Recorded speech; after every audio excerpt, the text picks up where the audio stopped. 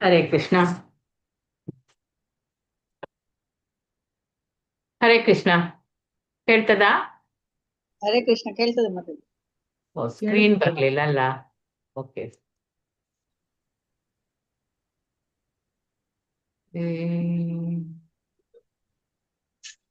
Sharing is not enabled.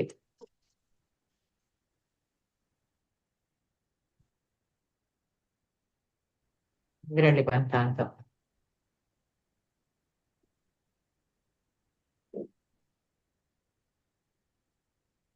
ಒಂದು ನಿಮಿಷ sharing ಮಾಡ್ಬೇಕಲ್ಲ, ಇದು ಹೋಸ್ಟ್ ಇದಕ್ಕೆ.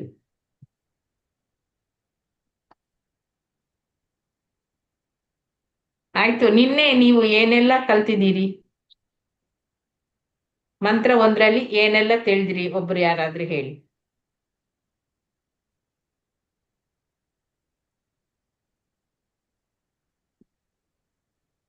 ಆರು ಬಗೆಯ ರಸಗಳು ರುಚಿಗಳು. ಅವುಗಳಲ್ಲಿ ಯಾವ್ದಾದ್ರು ರಸದ ಉದ್ದೇಶ ಮಾನವನು ಒಳಗಾದ್ರೆ ಅವನು ನಾಲಿಗೆಯ ಚಪಲಕ್ಕೆ ವಶನಾಗುತ್ತಾನೆ.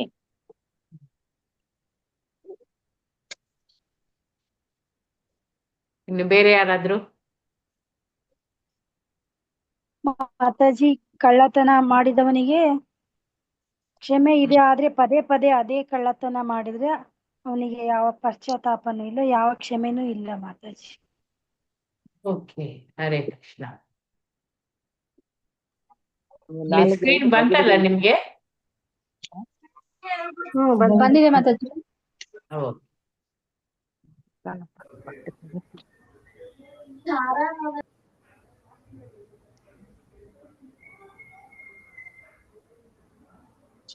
ನಾವು ಊಟ ಮಾಡ್ಬೇಕು ಅಂತ ಅಂದ್ರೆ ಮಾತಾಜಿ ಲಿಮಿಟ್ ಇರ್ಬೇಕು. ನಮ್ ತರಾವರಿ ಆದಂತ ಎಲ್ಲಾ ಊಟಗಳನ್ನೂ ನಾವು ಬಾಯಿಗೆ ರುಚಿ ಅನ್ಸಿದ್ನ ತಿಂತ ಹೋದ್ರೆ ಕೃಷ್ಣನಲ್ಲಿ ನಮ್ಗೆ ಭಕ್ತಿ ಉಂಟಾಗೋದಿಲ್ಲ. ಈ ರೀತಿಯಾದಂತ ಎಲ್ಲಾ ಆಹಾರಗಳಲ್ಲಿ ನಾವು ಪಥ್ಯನ ಅಂದ್ರೆ ಹೊಟ್ಟೆ ಹಸ್ದಾಗ ಮಾತ್ರ ಊಟ ಮಾಡ್ಬೇಕು. ಸುಮ್ಮನೆ ನಾಲಿಗೆ ಚಪಲಕ್ಕೋಸ್ಕರ ತಿನ್ನುವುದಲ್ಲ, ಹೊಟ್ಟೆ, ಉದರ ಮತ್ತೆ ಉಪಸ್ಥ ಅದನ್ನು ಕೂಡ ಕಂಟ್ರೋಲ್ ಇಡ್ಬೇಕು ಅಂತ ಹೇಳಿ ಹೇಳ್ತೇವೆ ಅಲ್ಲವಾ? ಹೌದು. ವಾಚೋ ವೇಗಂ, ಮಾತಿನ ವೇಗವನ್ನು ಪ್ರಚೋದನೆ ಮಾಡ್ಬೇಕು. ಮನಸ್ಸನ್ನು ನಾವು ಹತೋಟಿಯಲ್ಲಿ ಇಡ್ಬೇಕು. ಕೋಪವನ್ನು ಹತೋಟಿಯಲ್ಲಿ ಇಡ್ಬೇಕು. ಇನ್ನು ನಾಲಿಗೆ ಅದನ್ನು ಹತೋಟಿಯಲ್ಲಿ ಇಡ್ಬೇಕು. ಹೊಟ್ಟೆ ಮತ್ತೆ ಜನನಾಂಗಗಳು, ಹೀಗೆ ಇವುಗಳನ್ನೆಲ್ಲ ನಾವು ಹತೋಟಿಯಲ್ಲಿ ಇಟ್ಟುಕೊಂಡು ಅವರಿಗೆ ಶಿಷ್ಯರನ್ನು ನಾವು ಹೇಗೆ ತಯಾರು ಮಾಡಬಹುದು, ಈ ಜಗತ್ತನ್ನು ಎಲ್ಲರನ್ನು ಕೂಡ ಕೃಷ್ಣಮಯ ಪ್ರಜ್ಞೆಗೆ ಕರೆದುಕೊಂಡು ಹೇಗೆ ಬರ್ಬೇಕು ಅಂತ ಹೇಳಿ ಗೊತ್ತಾಯ್ತು ಈಗ ಅಲ್ಲವಾ? ಹೌದು ಮಾತಾಜಿ. ಇವತ್ತು ಅದೇ ಶ್ಲೋಕದ್ದು ಅದು ಸ್ವಲ್ಪ ವಿವರವಾಗಿ ಇದ್ರಲ್ಲಿ ಪುನಃ ಇನ್ನು ಕೊಟ್ಟಿದ್ದಾರೆ ನೋಡಿ. ಶ್ಲೋಕ 2. ಅತ್ಯಾಹಾರ ಪ್ರಾಯಶ್ಚ ಪ್ರಜಲ್ಪೋ ನಿಯಮಾಗ್ರಹ ಜನಸಂಗಶ್ಚ ಲೌಲ್ಯಂ ಚ ಷಡ್ಭಿಭಕ್ತಿ ವಿನಶ್ಯತೆ. ಇಬ್ಬರು ಓದ್ಬಹುದು. ನಿನ್ನೆ ಓದಿದವರು ಬೇಡ, ಇವತ್ತು ಬೇರೆಯವರು ಮಾತಾಜಿ ಓದಿ. ಶ್ಲೋಕ 2. ಅತ್ಯಹಾರ ಪ್ರಯಾಸಶ್ಚ ಪ್ರಜಲ್ಪೋ ನಿಯಮಾಗ್ರಹ ಜನಸಂಗಶ್ಚ ಲೌಲ್ಯಂ ಚ ಷಡ್ಭಿರ್ಭಕ್ತಿರ್ವಿನಶ್ಯತಿ. ಇನ್ನೊಬ್ರು ಓದಿ. ಪ್ರಭುಜಿಸ್ ಯಾರಾದ್ರೂ ಓದಿ.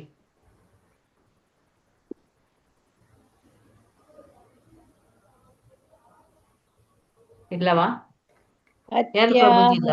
ಪ್ರಯಾಸಸ್ಯ ಪ್ರಜಾಲ್ಪೋ ನಿಯಮಾಗ್ರಹ ಜನಸಂಗಶ್ಚ ಲೌಲಂ ಚ ಷಡ್ಭಿರ್ಭಕ್ತಿ ವಿನಶ್ಯತಿ.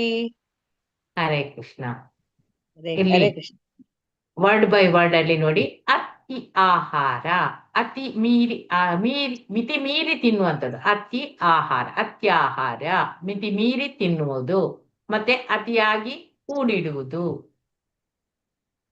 ಆಮೇಲೆ ಪ್ರಯಾಸ, ಅತಿಯಾಗಿ ಕಷ್ಟಪಟ್ಟು ದುಡಿಯುವುದು. ಚ ಮತ್ತು ಪ್ರಜಲ್ಪ ಒಡ್ಡು ಹರಟೆ ಹೊಡೆಯುವುದು. ನಿಯಮ ವಿಧಿ ನಿಯಮಗಳಿಗೆ ಆಗ್ರಹ. ಅತಿಯಾಗಿ ಅಂಟಿಕೊಳ್ಳುವುದು ಅಥವಾ ಆಗ್ರಹ, ಅತಿಯಾಗಿ ಕಡೆಗಣಿಸುವುದು. ಜನಸಂಘ ಲೌಕಿಕ ಬುದ್ಧಿಯುಳ್ಳವರೊಡನೆ ಸೇರುವುದು. ಲೌಲ್ಯಂ ಅತಿಯಾದ ಅಪೇಕ್ಷೆ ಮತ್ತು ದುರಾಸೆ. ಚ ಮತ್ತು ಷಡ್ಬಿ ಈ 6ರಿಂದ ಭಕ್ತಿ ಸೇವೆಯು ವಿನಶ್ಯತಿ ನಾಶವಾಗುತ್ತದೆ. ಅನುವಾದ ಶ್ರೀಲ ಪ್ರಭುಪಾದರಿಂದ ಶ್ರೀಲ ಪ್ರಭುಪಾದರಿಗೆ ಜಯವಾಗಿದೆ. ಅನುವಾದ ಭಾವ. ಈಗ ಒಬ್ಬನು ಓದಿ, ಯಾರು ಓದ್ತೀರಿ? ಹರೇ ಕೃಷ್ಣ ಮಾತಾಜಿ. ಓದಿ. ಒಬ್ಬನು ಈ ಕೆಳಕಂಡ 6 ಚಟುವಟಿಕೆಗಳಲ್ಲಿ ಅತಿಯಾಗಿ ಸಿಲುಕಿಕೊಂಡಿದ್ದರೆ ಅವನ ಭಕ್ತಿ ಸೇವೆಯು ಹಾಳಾಗುತ್ತದೆ. 1. ಅವಶ್ಯಕತೆಗಿಂತ ಹೆಚ್ಚಾಗಿ ತಿನ್ನುವುದು ಅಥವಾ ಅವಶ್ಯಕತೆಗಿಂತ ಹೆಚ್ಚಾಗಿ ಹಣವನ್ನು ಸಂಗ್ರಹಿಸುವುದು. 2. ಪಡೆಯಲು ಅತಿ ಕಷ್ಟವಾದ ಲೌಕಿಕ ವಸ್ತುಗಳಿಗಾಗಿ ಅತಿಯಾಗಿ ಪ್ರಯಾಸ ಪಡುವುದು. 3. ಲೌಕಿಕ ವಿಷಯಗಳ ಬಗೆಗೆ ಅನಾವಶ್ಯಕವಾಗಿ ಮಾತನಾಡುವುದು. 4. ಶಾಸ್ತ್ರ ವಿಧಿಗಳನ್ನು ಆಧ್ಯಾತ್ಮಿಕ ಮುನ್ನಡೆಗಾಗಿ ಅಲ್ಲದೆ ಕೇವಲ ಕಾಟಾಚಾರಕ್ಕೆ ಅನುಸರಿಸುವುದು ಅಥವಾ ಶಾಸ್ತ್ರೋಕ್ತ ವಿಧಿವಿಧಾನಗಳನ್ನು ಧಿಕ್ಕರಿಸಿ ಸ್ವತಂತ್ರವಾಗಿ ಇಲ್ಲವೇ ಮನಸೋ ಇಚ್ಛೆ ವರ್ತಿಸುವುದು. 5. ಕೃಷ್ಣ ಪ್ರಜ್ಞೆಯಲ್ಲಿ ಆಸಕ್ತಿ ಇಲ್ಲದೆ ಲೌಕಿಕ ಬುದ್ಧಿಯ ವ್ಯಕ್ತಿಗಳ ಸಹವಾಸ ಮಾಡುವುದು. ಮತ್ತು 6. ಲೌಕಿಕ ಸಾಧನೆಗಳಿಗೆ ಹಾತೊರೆಯುವುದು. ಹರೇ ಕೃಷ್ಣ ಮಾತಾಜಿ. ಹರೇ ಕೃಷ್ಣ. ಅವಶ್ಯಕತೆಗಿಂತ ಇಲ್ಲಿ ಏನು ಕೆಳಕಂಡ 6 ಚಟುವಟಿಕೆಗಳನ್ನು ಕೊಟ್ಟಿದ್ದಾರೆ. ಅದು ಏನು? ಅದರಿಂದ ನಮ್ಗೆ ಆ ಭಕ್ತಿ ಸೇವೆ ಹಾಳಾಗ್ತದೆ. ಯಾವುದು 6 ಚಟುವಟಿಕೆಗಳಂದ್ರೆ, 1. ಅವಶ್ಯಕತೆಗಿಂತ ಹೆಚ್ಚಾಗಿ ತಿನ್ನುವುದು, ಹಾಗೆ ಹೆಚ್ಚಾಗಿ ತಿನ್ನುವುದು 1, ಅಥವಾ ಹೆಚ್ಚಾಗಿ ಹಣವನ್ನು ಸಂಗ್ರಹಿಸಿ ಇಡುವುದು. 2ನೇದಾಗಿ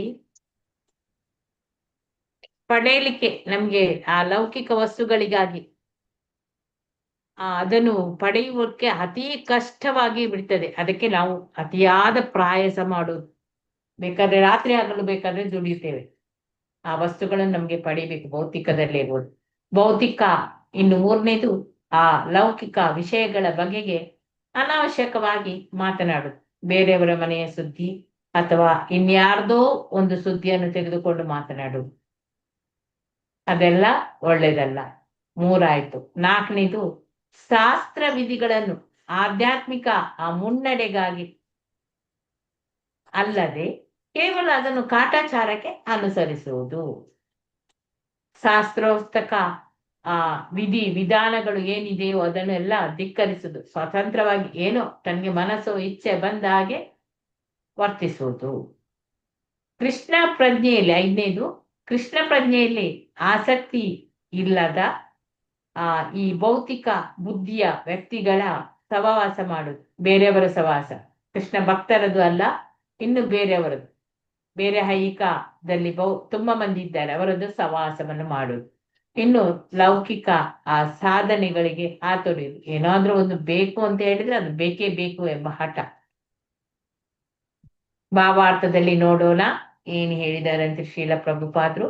ಮಾನವ ಜೀವನ ಇರುವುದು ಇಲ್ಲಿ ಸರಳ ಜೀವನವನ್ನು ನಡೆಸಲಿಕ್ಕೆ, ಉನ್ನತ ಭಾವನೆ ಹೊಂದಲಿಕ್ಕೆ. ಮಾನವ ಜೀವನ ಏನು? ಸರಳವಾಗಿ ಇರ್ಬೇಕು. ನಾವು ಉನ್ನತ ಭಾವನೆಯನ್ನು ಹೊಂದಬೇಕು. ಎಲ್ಲಾ ಬದ್ಧಾತ್ಮರು ಭಗವಂತನ ಆ ತೃತೀಯ ಶಕ್ತಿಯ ಹತೋಟಿಯಲ್ಲಿ ಇರುವುದರಿಂದ ಈಗ ಈ ಭೌತ ಜಗತ್ತು ಪ್ರತಿಯೊಬ್ಬರು ಕೂಡ ಕೆಲಸ ಮಾಡಿಯೇ ತೀರ್ಬೇಕು ಎನ್ನುವಂತೆ ರೂಪಿತವಾಗಿದೆ. ದೇವೋತ್ತಮ ಪರಮ ಪುರುಷನಿಗೆ 3 ಮೂಲ ಶಕ್ತಿಗಳು ಇವೆ. ಯಾವುದೆಲ್ಲ 3 ಶಕ್ತಿಗಳು? ಅಂತರಂಗ ಶಕ್ತಿ, ಬಹಿರಂಗ ಶಕ್ತಿ, ತಟಸ್ಥ ಶಕ್ತಿ. ನೆನಪಿದೆಯಾ? ಭಗವದ್ಗೀತೆಯಲ್ಲಿ ಕೇಳಿದ್ದೀರಿ, ಲೆವೆಲ್ 2 ಅಲ್ಲಿ ಕೇಳಿದಿರಿ, ಲೆವೆಲ್ 1 ಅಲ್ಲಿ ಕೇಳಿದ್ದೀರಾ? ನೆನಪಿದೆ ಮಾತಾಜಿ. ಅಂತರಂಗ ಶಕ್ತಿ ಅಂದ್ರೆ ಯಾರು? ಅಂತರಂಗ ಶಕ್ತಿ ಅಂದ್ರೆ ಮಾತಾಜಿ ರಾಧಾರಾಣಿ. ಬಹಿರಂಗ ಶಕ್ತಿ ಅಂದ್ರೆ ದುರ್ಗಾ ಮಾತೆ. ತಟಸ್ಥ ಶಕ್ತಿ ಜೀವಿಗಳು. ಅಂತರಂಗ ಶಕ್ತಿ ಅದನ್ನು ಮಹಾತ್ಮನಿಗೆಲ್ಲ ಹೋಲಿಸಬಹುದು ಅಲ್ಲವಾ? ಹಾಗೆ ಬಹಿರಂಗ ಶಕ್ತಿ ಈಗ ಯಾರು? ದುರಾತ್ಮರು. ತಟಸ್ಥ ಶಕ್ತಿ ಜೀವಿಗಳು. ಈಗ ಇಲ್ಲಿ ಮಹಾತ್ಮನ ಗುಣಲಕ್ಷಣಗಳು ಹೇಗೆ ಇರ್ತದೆ ಅಂತ ಹೇಳಿದ್ರೆ, ಅವನು ಹೇಗಿರ್ತದೆ ಜೀವಾತ್ಮ ಮಹಾತ್ಮಂದು ಅವರು ನಿರಂತರ ಯಾವಾಗ್ಲೂ ಭಗವಂತನ ಸೇವೆಯಲ್ಲೇ ಇರ್ತಾರೆ, ಭಗವಂತನ ಗುಣಗಾನವನ್ನು ಮಾಡ್ತಾರೆ, ಅವರ ಪುಣ್ಯನಾಮ ಸ್ಮರಣೆಯನ್ನು ಮಾಡ್ತಾರೆ, ವಿಶಾಲ ಮನಸ್ಸಿನವರು ಹಾಗೆ ಇರ್ತಾರೆ. ಇನ್ನೇನಾದ್ರೂ ಇದೆಯಾ? ಇದೆ, ಇನ್ನೂ ಇದೆ. ಈ ಶ್ಲೋಕದಲ್ಲೇ ಇದೆಲ್ಲ, ವಾಚೋ ವೇಗಂ, ಕೋಪ ಎಲ್ಲವನ್ನು ನಿಗ್ರಹಿಸ್ಬೇಕು ಅವನು, ಅಲ್ಲವಾ? ಹೌದು ಮಾತಾಜಿ.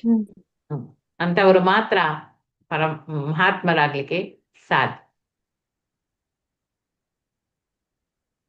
ಇಲ್ಲಿ ಅಂತರಂಗ ಮತ್ತು ಬಹಿರಂಗ ಶಕ್ತಿಗಳ ನಡುವೆ ಅಲ್ಲ, ಅಂತರಂಗ ಶಕ್ತಿ ಎರಡನೇದು ತಟಸ್ಥ ಶಕ್ತಿ, ಮೂರನೆಯದು ಬಹಿರಂಗ ಶಕ್ತಿ. ಜೀವಿಗಳು ಎಲ್ಲರೂ ತಟಸ್ಥ ಶಕ್ತಿಗೆ ಸೇರಿದವರು. ಅಂತರಂಗ ಮತ್ತೆ ಬಹಿರಂಗ ಶಕ್ತಿಗಳು ನಡುವೆ ಇರ್ತದೆ. ಅದು ದೇವೋತ್ತಮ ಪರಮ ಪುರುಷನ ನಿತ್ಯ ಕಿಂಕರರಾಗಿ ಆಧೀನರಾಗಿರುವ ಜೀವಾತ್ಮರು ಅಥವಾ ಆ ಪರಮಾಣು ಸ್ವರೂಪದ ಜೀವಿಗಳು ಅಂತರಂಗ ಮತ್ತೆ ಬಹಿರಂಗ ಶಕ್ತಿಯ ಹತೋಟಿಯಲ್ಲಿ ಇರಬೇಕು. ಅವರು ಅಂತರಂಗ ಶಕ್ತಿಯ ಹತೋಟಿಯಲ್ಲಿದ್ದಾಗ ತಮ್ಮ ಸಹಜವಾದ ಮೂಲ ಚಟುವಟಿಕೆಯಾದ ಆ ಭಗವಂತನ ಭಕ್ತಿ ಸೇವೆಯಲ್ಲಿ ನಿರಂತರವಾಗಿ ನಿರತರಾಗಿ ಇರ್ತಾರೆ. ಉದಾಹರಣೆಗೆ ಶ್ರೀಲ ಪ್ರಭುಪಾದರನ್ನೇ ಕೊಟ್ಟಿದ್ದೇನೆ, ಯಾಕೆಂದ್ರೆ ಅವರೇ ಹೆಚ್ಚಾಗಿ ಆ ಭಗವಂತನ ನಾಮಸ್ಮರಣೆ, ಅವನ ಲೀಲೆಗಳನ್ನು ಮತ್ತೆ ಅವನ ಗುಣಗಾನ ಇದನ್ನೆಲ್ಲ ಮಾಡುವಂಥದ್ದು ಹೆಚ್ಚಾಗಿ ಜನರನ್ನು ಕೃಷ್ಣ ಪ್ರಜ್ಞೆಗೆ ತರಲು ಪ್ರಯತ್ನ ಪಟ್ಟವರು ಕೂಡ ಅವರೇ. ಯಾವಾಗ ನೋಡಿದ್ರು ಅವರು ಯಾವ್ದ್ರಲ್ಲಿ ಇರ್ತಿದ್ರು? ಕೃಷ್ಣ ಪ್ರಜ್ಞೆಯಲ್ಲೇ ಜಪ ಮಾಡುವುದ್ರಲ್ಲೇ ಇದು ಭಾಗವತವನ್ನು ಟ್ರಾನ್ಸ್ಲೇಟ್ ಎಲ್ಲ ಭಾಗವತ ಅನುವಾದ ಅದನ್ನೆಲ್ಲ ಮಾಡುವುದ್ರಲ್ಲಿ ಅದರಲ್ಲೇ ಅವರು ಅವರ ಜೀವನವನ್ನೆಲ್ಲ ಕಳೆದು ಬಿಟ್ಟಿದ್ದಾರೆ. ನೋಡಿ, ಭಗವದ್ಗೀತೆಯಲ್ಲಿ 9ನೇ ಅಧ್ಯಾಯದ 13ನೇ ಶ್ಲೋಕ ಏನು ಹೇಳಿದೆ? ಮಹಾತ್ಮನ್ಮಸ್ತು ಮಾಂ ಪಾರ್ಥ ದೈವೀಂ ಪ್ರಕೃತಿಂ ಆಶ್ರಿತ ಭಜಂತಿ ಅನನ್ಯ ಮನಸೋ ಜಾತ್ವಭೂತಾದಿಂ ಅವ್ಯಯಂ. ಓ ಪ್ರತಪುತ್ರಾನೇ, ಮೋಹಕ ಒಳಕಾದವರು ಮಹಾತ್ಮರು ದೈವಿ ಪ್ರಕೃತಿಯ ಆಶ್ರಯದಲ್ಲಿ ಇರ್ತಾರೆ. ಒಳಗಾಗದವರು, ಮೋಹಕ್ಕೆ ಒಳಗಾಗದವರು ಅವರು ಮಹಾತ್ಮರು ದೈವಿ ಪ್ರಕೃತಿಯ ಒಳಗೆ ಇದ್ದಾರೆ. ಸಂಪೂರ್ಣವಾಗಿ ಅವರು ಭಕ್ತಿ ಸೇವೆಯಲ್ಲಿ ತೊಡಗಿರುತ್ತಾರೆ. ಏಕೆಂದ್ರೆ ನಾನು ದೇವೋತ್ತಮ ಪರಮ ಪುರುಷನು, ಮೂಲ ಪುರುಷನು, ಅವ್ಯಯನು ಆಗಿದ್ದೇನೆ ಅಂತೇಳಿ ಅವರಿಗೆ ತಿಳಿದಿದೆ.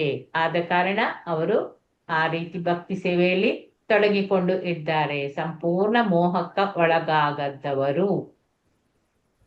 ಮಹಾತ್ಮ ಅಂದರೆ ಏನು ಅಂತೇಳಿ ಇಲ್ಲಿ ಕೊಟ್ಟಿದ್ದಾರೆ ನೋಡಿ. ಅವರು ಓದ್ತೀರಾ? ಓದಿ, ಒಂದು ಪ್ಯಾರ ಓದಿ. ಹರೇ ಕೃಷ್ಣ ಮಾತಾಜಿ.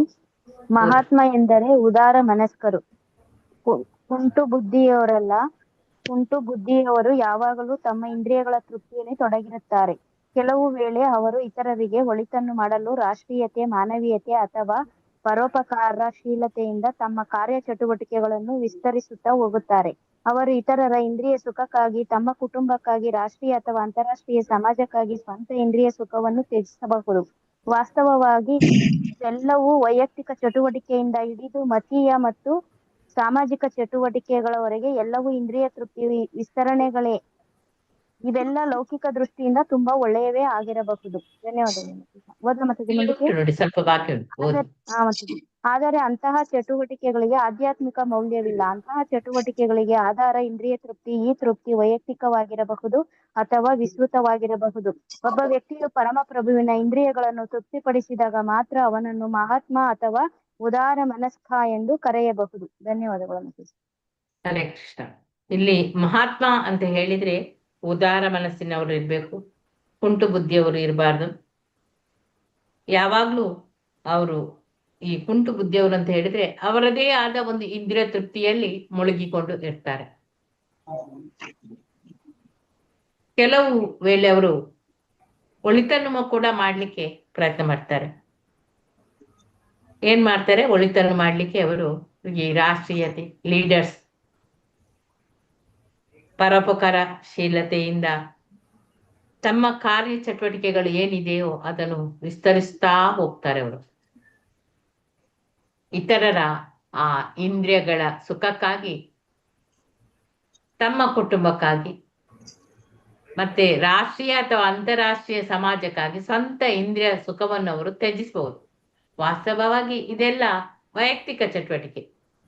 ಅದೊಂದು ಮತ ಅಥವಾ ಸಾಮಾಜಿಕ ಚಟುವಟಿಕೆಗಳಿಗೆ ಎಲ್ಲವೂ ಇಂದ್ರಿಯ ತೃಪ್ತಿಯ ವಿಸ್ತರಣೆಗಳೇ. ಈ ಭೌತಿಕ ದೃಷ್ಟಿಯಿಂದ ಇದೆಲ್ಲ ತುಂಬಾ ಒಳ್ಳೇದು ಆಗಿರ್ಬೋದು. ಆದರೆ ಆ ಚಟುವಟಿಕೆಗಳಿಗೆಲ್ಲ ಆಧ್ಯಾತ್ಮಿಕದಲ್ಲಿ ಯಾವುದೇ ಬೆಲೆ ಇಲ್ಲ ಅಲ್ಲ. ಯಾವುದು ಈ ರಾಜಕೀಯ ಆಗ್ಲಿ, ಬೇರೆ ಯಾವುದೇ ಲೀಡರ್ಶಿಪ್ ಆಗ್ಲಿ, ಏನೇ ಮಾಡಿದ್ರು ಅದು ಅವರವರ ಇಂದ್ರಿಯ ತೃಪ್ತಿಗೋಸ್ಕರ ಮಾಡ್ತಾರೆ. ಕುಟುಂಬಕ್ಕೆ ಹೆಚ್ಚಾಗಿ ನೋಡ್ಬೋದು ನೀವು, ನಮ್ಮ ಕುಟುಂಬದವರು ಒಳ್ಳೇದಿರ್ಬೇಕು ಅಂತ ಹೇಳಿದ್ರೆ ಅವರು ಇನ್ನು ನಮ್ಮ ಮಕ್ಕಳಿಗೆಲ್ಲ ಹಣ ಕೂಡಿ ಇಡುವುದು, ಮೊಮ್ಮಕ್ಕಳಿಗೆ ಹಣ ಕೂಡಿ ಇಡುವುದು, ಇನ್ನೇನು ಆಸ್ತಿ ಪಾಸ್ತಿಗಳನ್ನು ಗಳಿಸುವುದು, ಮತ್ತೆ ಹರೇ ಕೃಷ್ಣ, ಮತ್ತೆ ಕಚ್ಚಾಡಿಕೊಳ್ಳುವುದು ಅಷ್ಟೇ ಅಲ್ಲವಾ? ಹೌದಾ ಅಲ್ಲ? ಯಾರೋ ಏನು ಹೇಳಿದ್ರು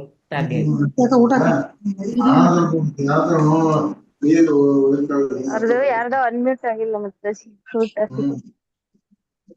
ಅವರವರೇ ಮಾತನಾಡುದಾ? ಶಿವಪುತ್ರ ಪ್ರಭುಜಿ, ನೀವು ಮನೆಯಲ್ಲಿ ಮಾತನಾಡುವಾಗ ಮ್ಯೂಟ್ ಮಾಡ್ಕೊಳ್ಳಿ, ಅಥವಾ ನಮ್ಮ ಹತ್ರ ಏನಾದ್ರು ಕೇಳುದಿದ್ರೆ ಹೇಳಿ.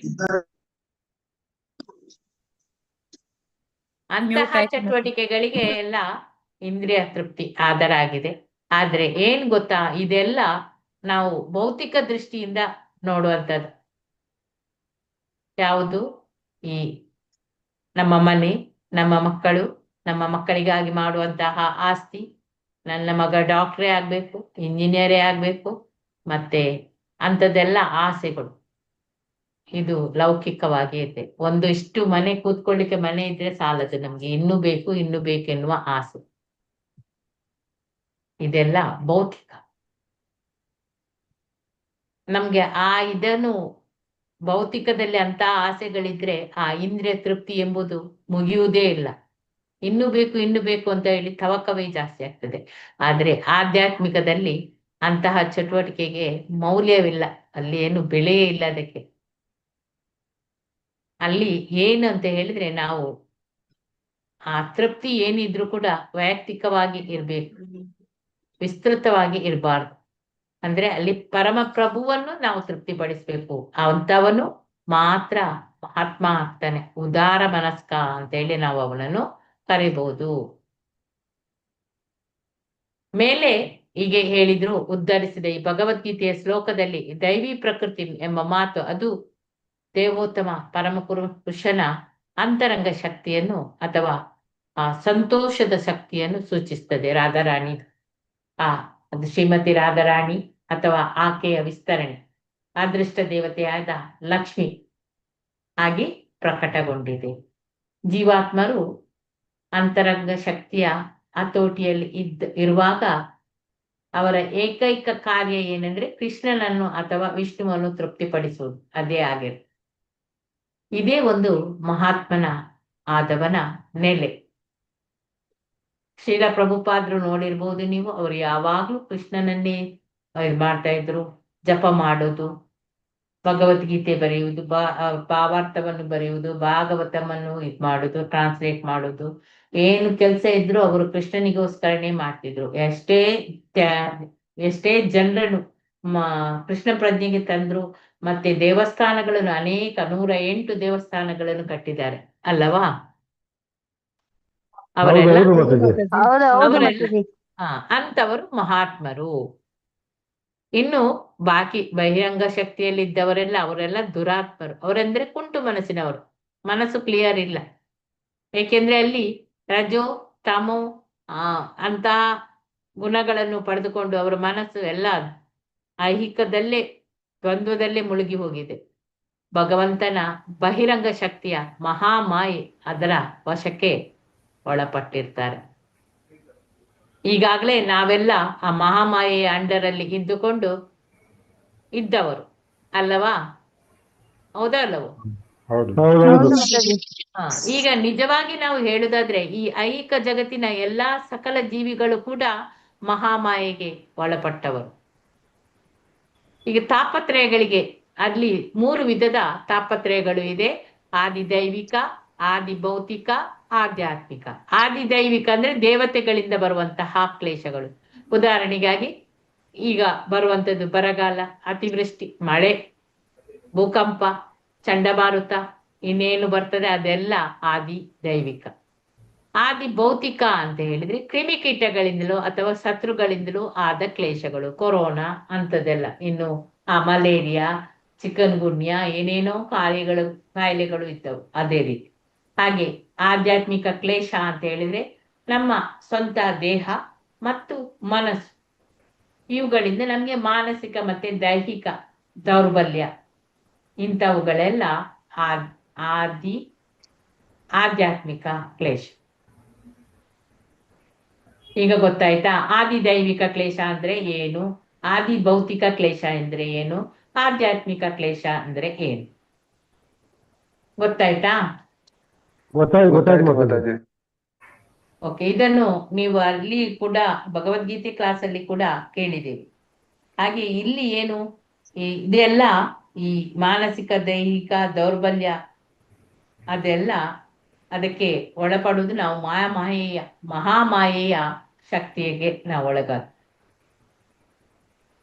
ಬದ್ಧಾತ್ಮರು ಈ ಬಹಿರಂಗ ಶಕ್ತಿಯ ಹತೋಟಿಯಿಂದಾಗಿ ತಾಪತ್ರಯಗಳಿಗೆಲ್ಲ ಒಳಗಾಗ್ತೇವೆ. ಅನೇಕ ತರಹದ ಕಷ್ಟಗಳನ್ನು ಎಲ್ಲರೂ ಕೂಡ ನಾವು ಅನುಭವಿಸಿದ್ದೇವೆ ಅಲ್ಲವಾ? ಹೌದು. ಯಾರಿಗೂ ಕಷ್ಟ ಇಲ್ಲದವರು ಇದ್ದಾರಾ? ಯಾರು ಯಾರೂ ಇಲ್ಲ. ಬದ್ಧಾತ್ಮರಿಗೆ ಎದುರಾಗುವ ಪ್ರಮುಖ ಸಮಸ್ಯೆ ಎಂದರೆ ನಾವು ಇಲ್ಲಿ ಮತ್ತೆ ಮತ್ತೆ ಹುಟ್ಟಿ ಬರುವಂಥದ್ದು. ಮುಪ್ಪು, ಕಾಯಿಲೆ, ಸಾವು. ಈ ಐಹಿಕ ಜಗತ್ತಿನಲ್ಲಿ ಮಾನವ ಹೊಟ್ಟೆ ತುಂಬಿಸ್ಲಿಕ್ಕೋಸ್ಕರ ದುಡಿಲೇಬೇಕು. ಹಾಗಾದ್ರೆ ಇಲ್ಲಿ ಕೃಷ್ಣ ಪ್ರಜ್ಞೆಗೆ ಅನುಕೂಲವಾದ ರೀತಿಯಲ್ಲಿ ಹೊಟ್ಟೆ ಹೊರೆಯುವಂತಹ ಕೆಲಸವನ್ನು ಹೇಗೆ ಮಾಡಬಹುದು ನಾವು? ದೇಹಧಾರಣೆಗೆ ಪ್ರತಿಯೊಬ್ಬರಿಗೂ ಆಹಾರ, ಧಾನ್ಯಗಳು, ಬಟ್ಟೆ ಬರೆ, ಹಣಕಾಸು ಮತ್ತಿತರ ವಸ್ತುಗಳು ಎಲ್ಲರಿಗೂ ಬೇಕು ಅಲ್ಲವಾ? ವಾಸಕ್ಕೆ ಒಂದು ಮನೆ ಬೇಕು. ಆದ್ರೆ ತನಗೆ ವಾಸ್ತವಕ್ಕಿಂತ ಬೇಕಾದುದಕ್ಕಿಂತ ಹೆಚ್ಚನ್ನು ಏನನ್ನೂ ಕೂಡ ಸಂಗ್ರಹಿಸಬಾರದು. ಈ ಪ್ರಕೃತಿ ನಿಯಮವನ್ನು ಅನುಸರಿಸಿದ್ರೆ ದೇಹಧಾರಣೆಗೆ ಕಷ್ಟ ಆಗುವುದಿಲ್ಲ, ಏನು ಕೂಡ ಕಷ್ಟ ಆಗುವುದಿಲ್ಲ ಅಂತ ಹೇಳ್ತಾರೆ. ಏನು ಅಂತ ಹೇಳಿದ್ರೆ ಇಲ್ಲಿ ನಾವು ದೇಹಧಾರಣೆಗೆ ಏನು ಬೇಕು ನಮ್ಗೆ?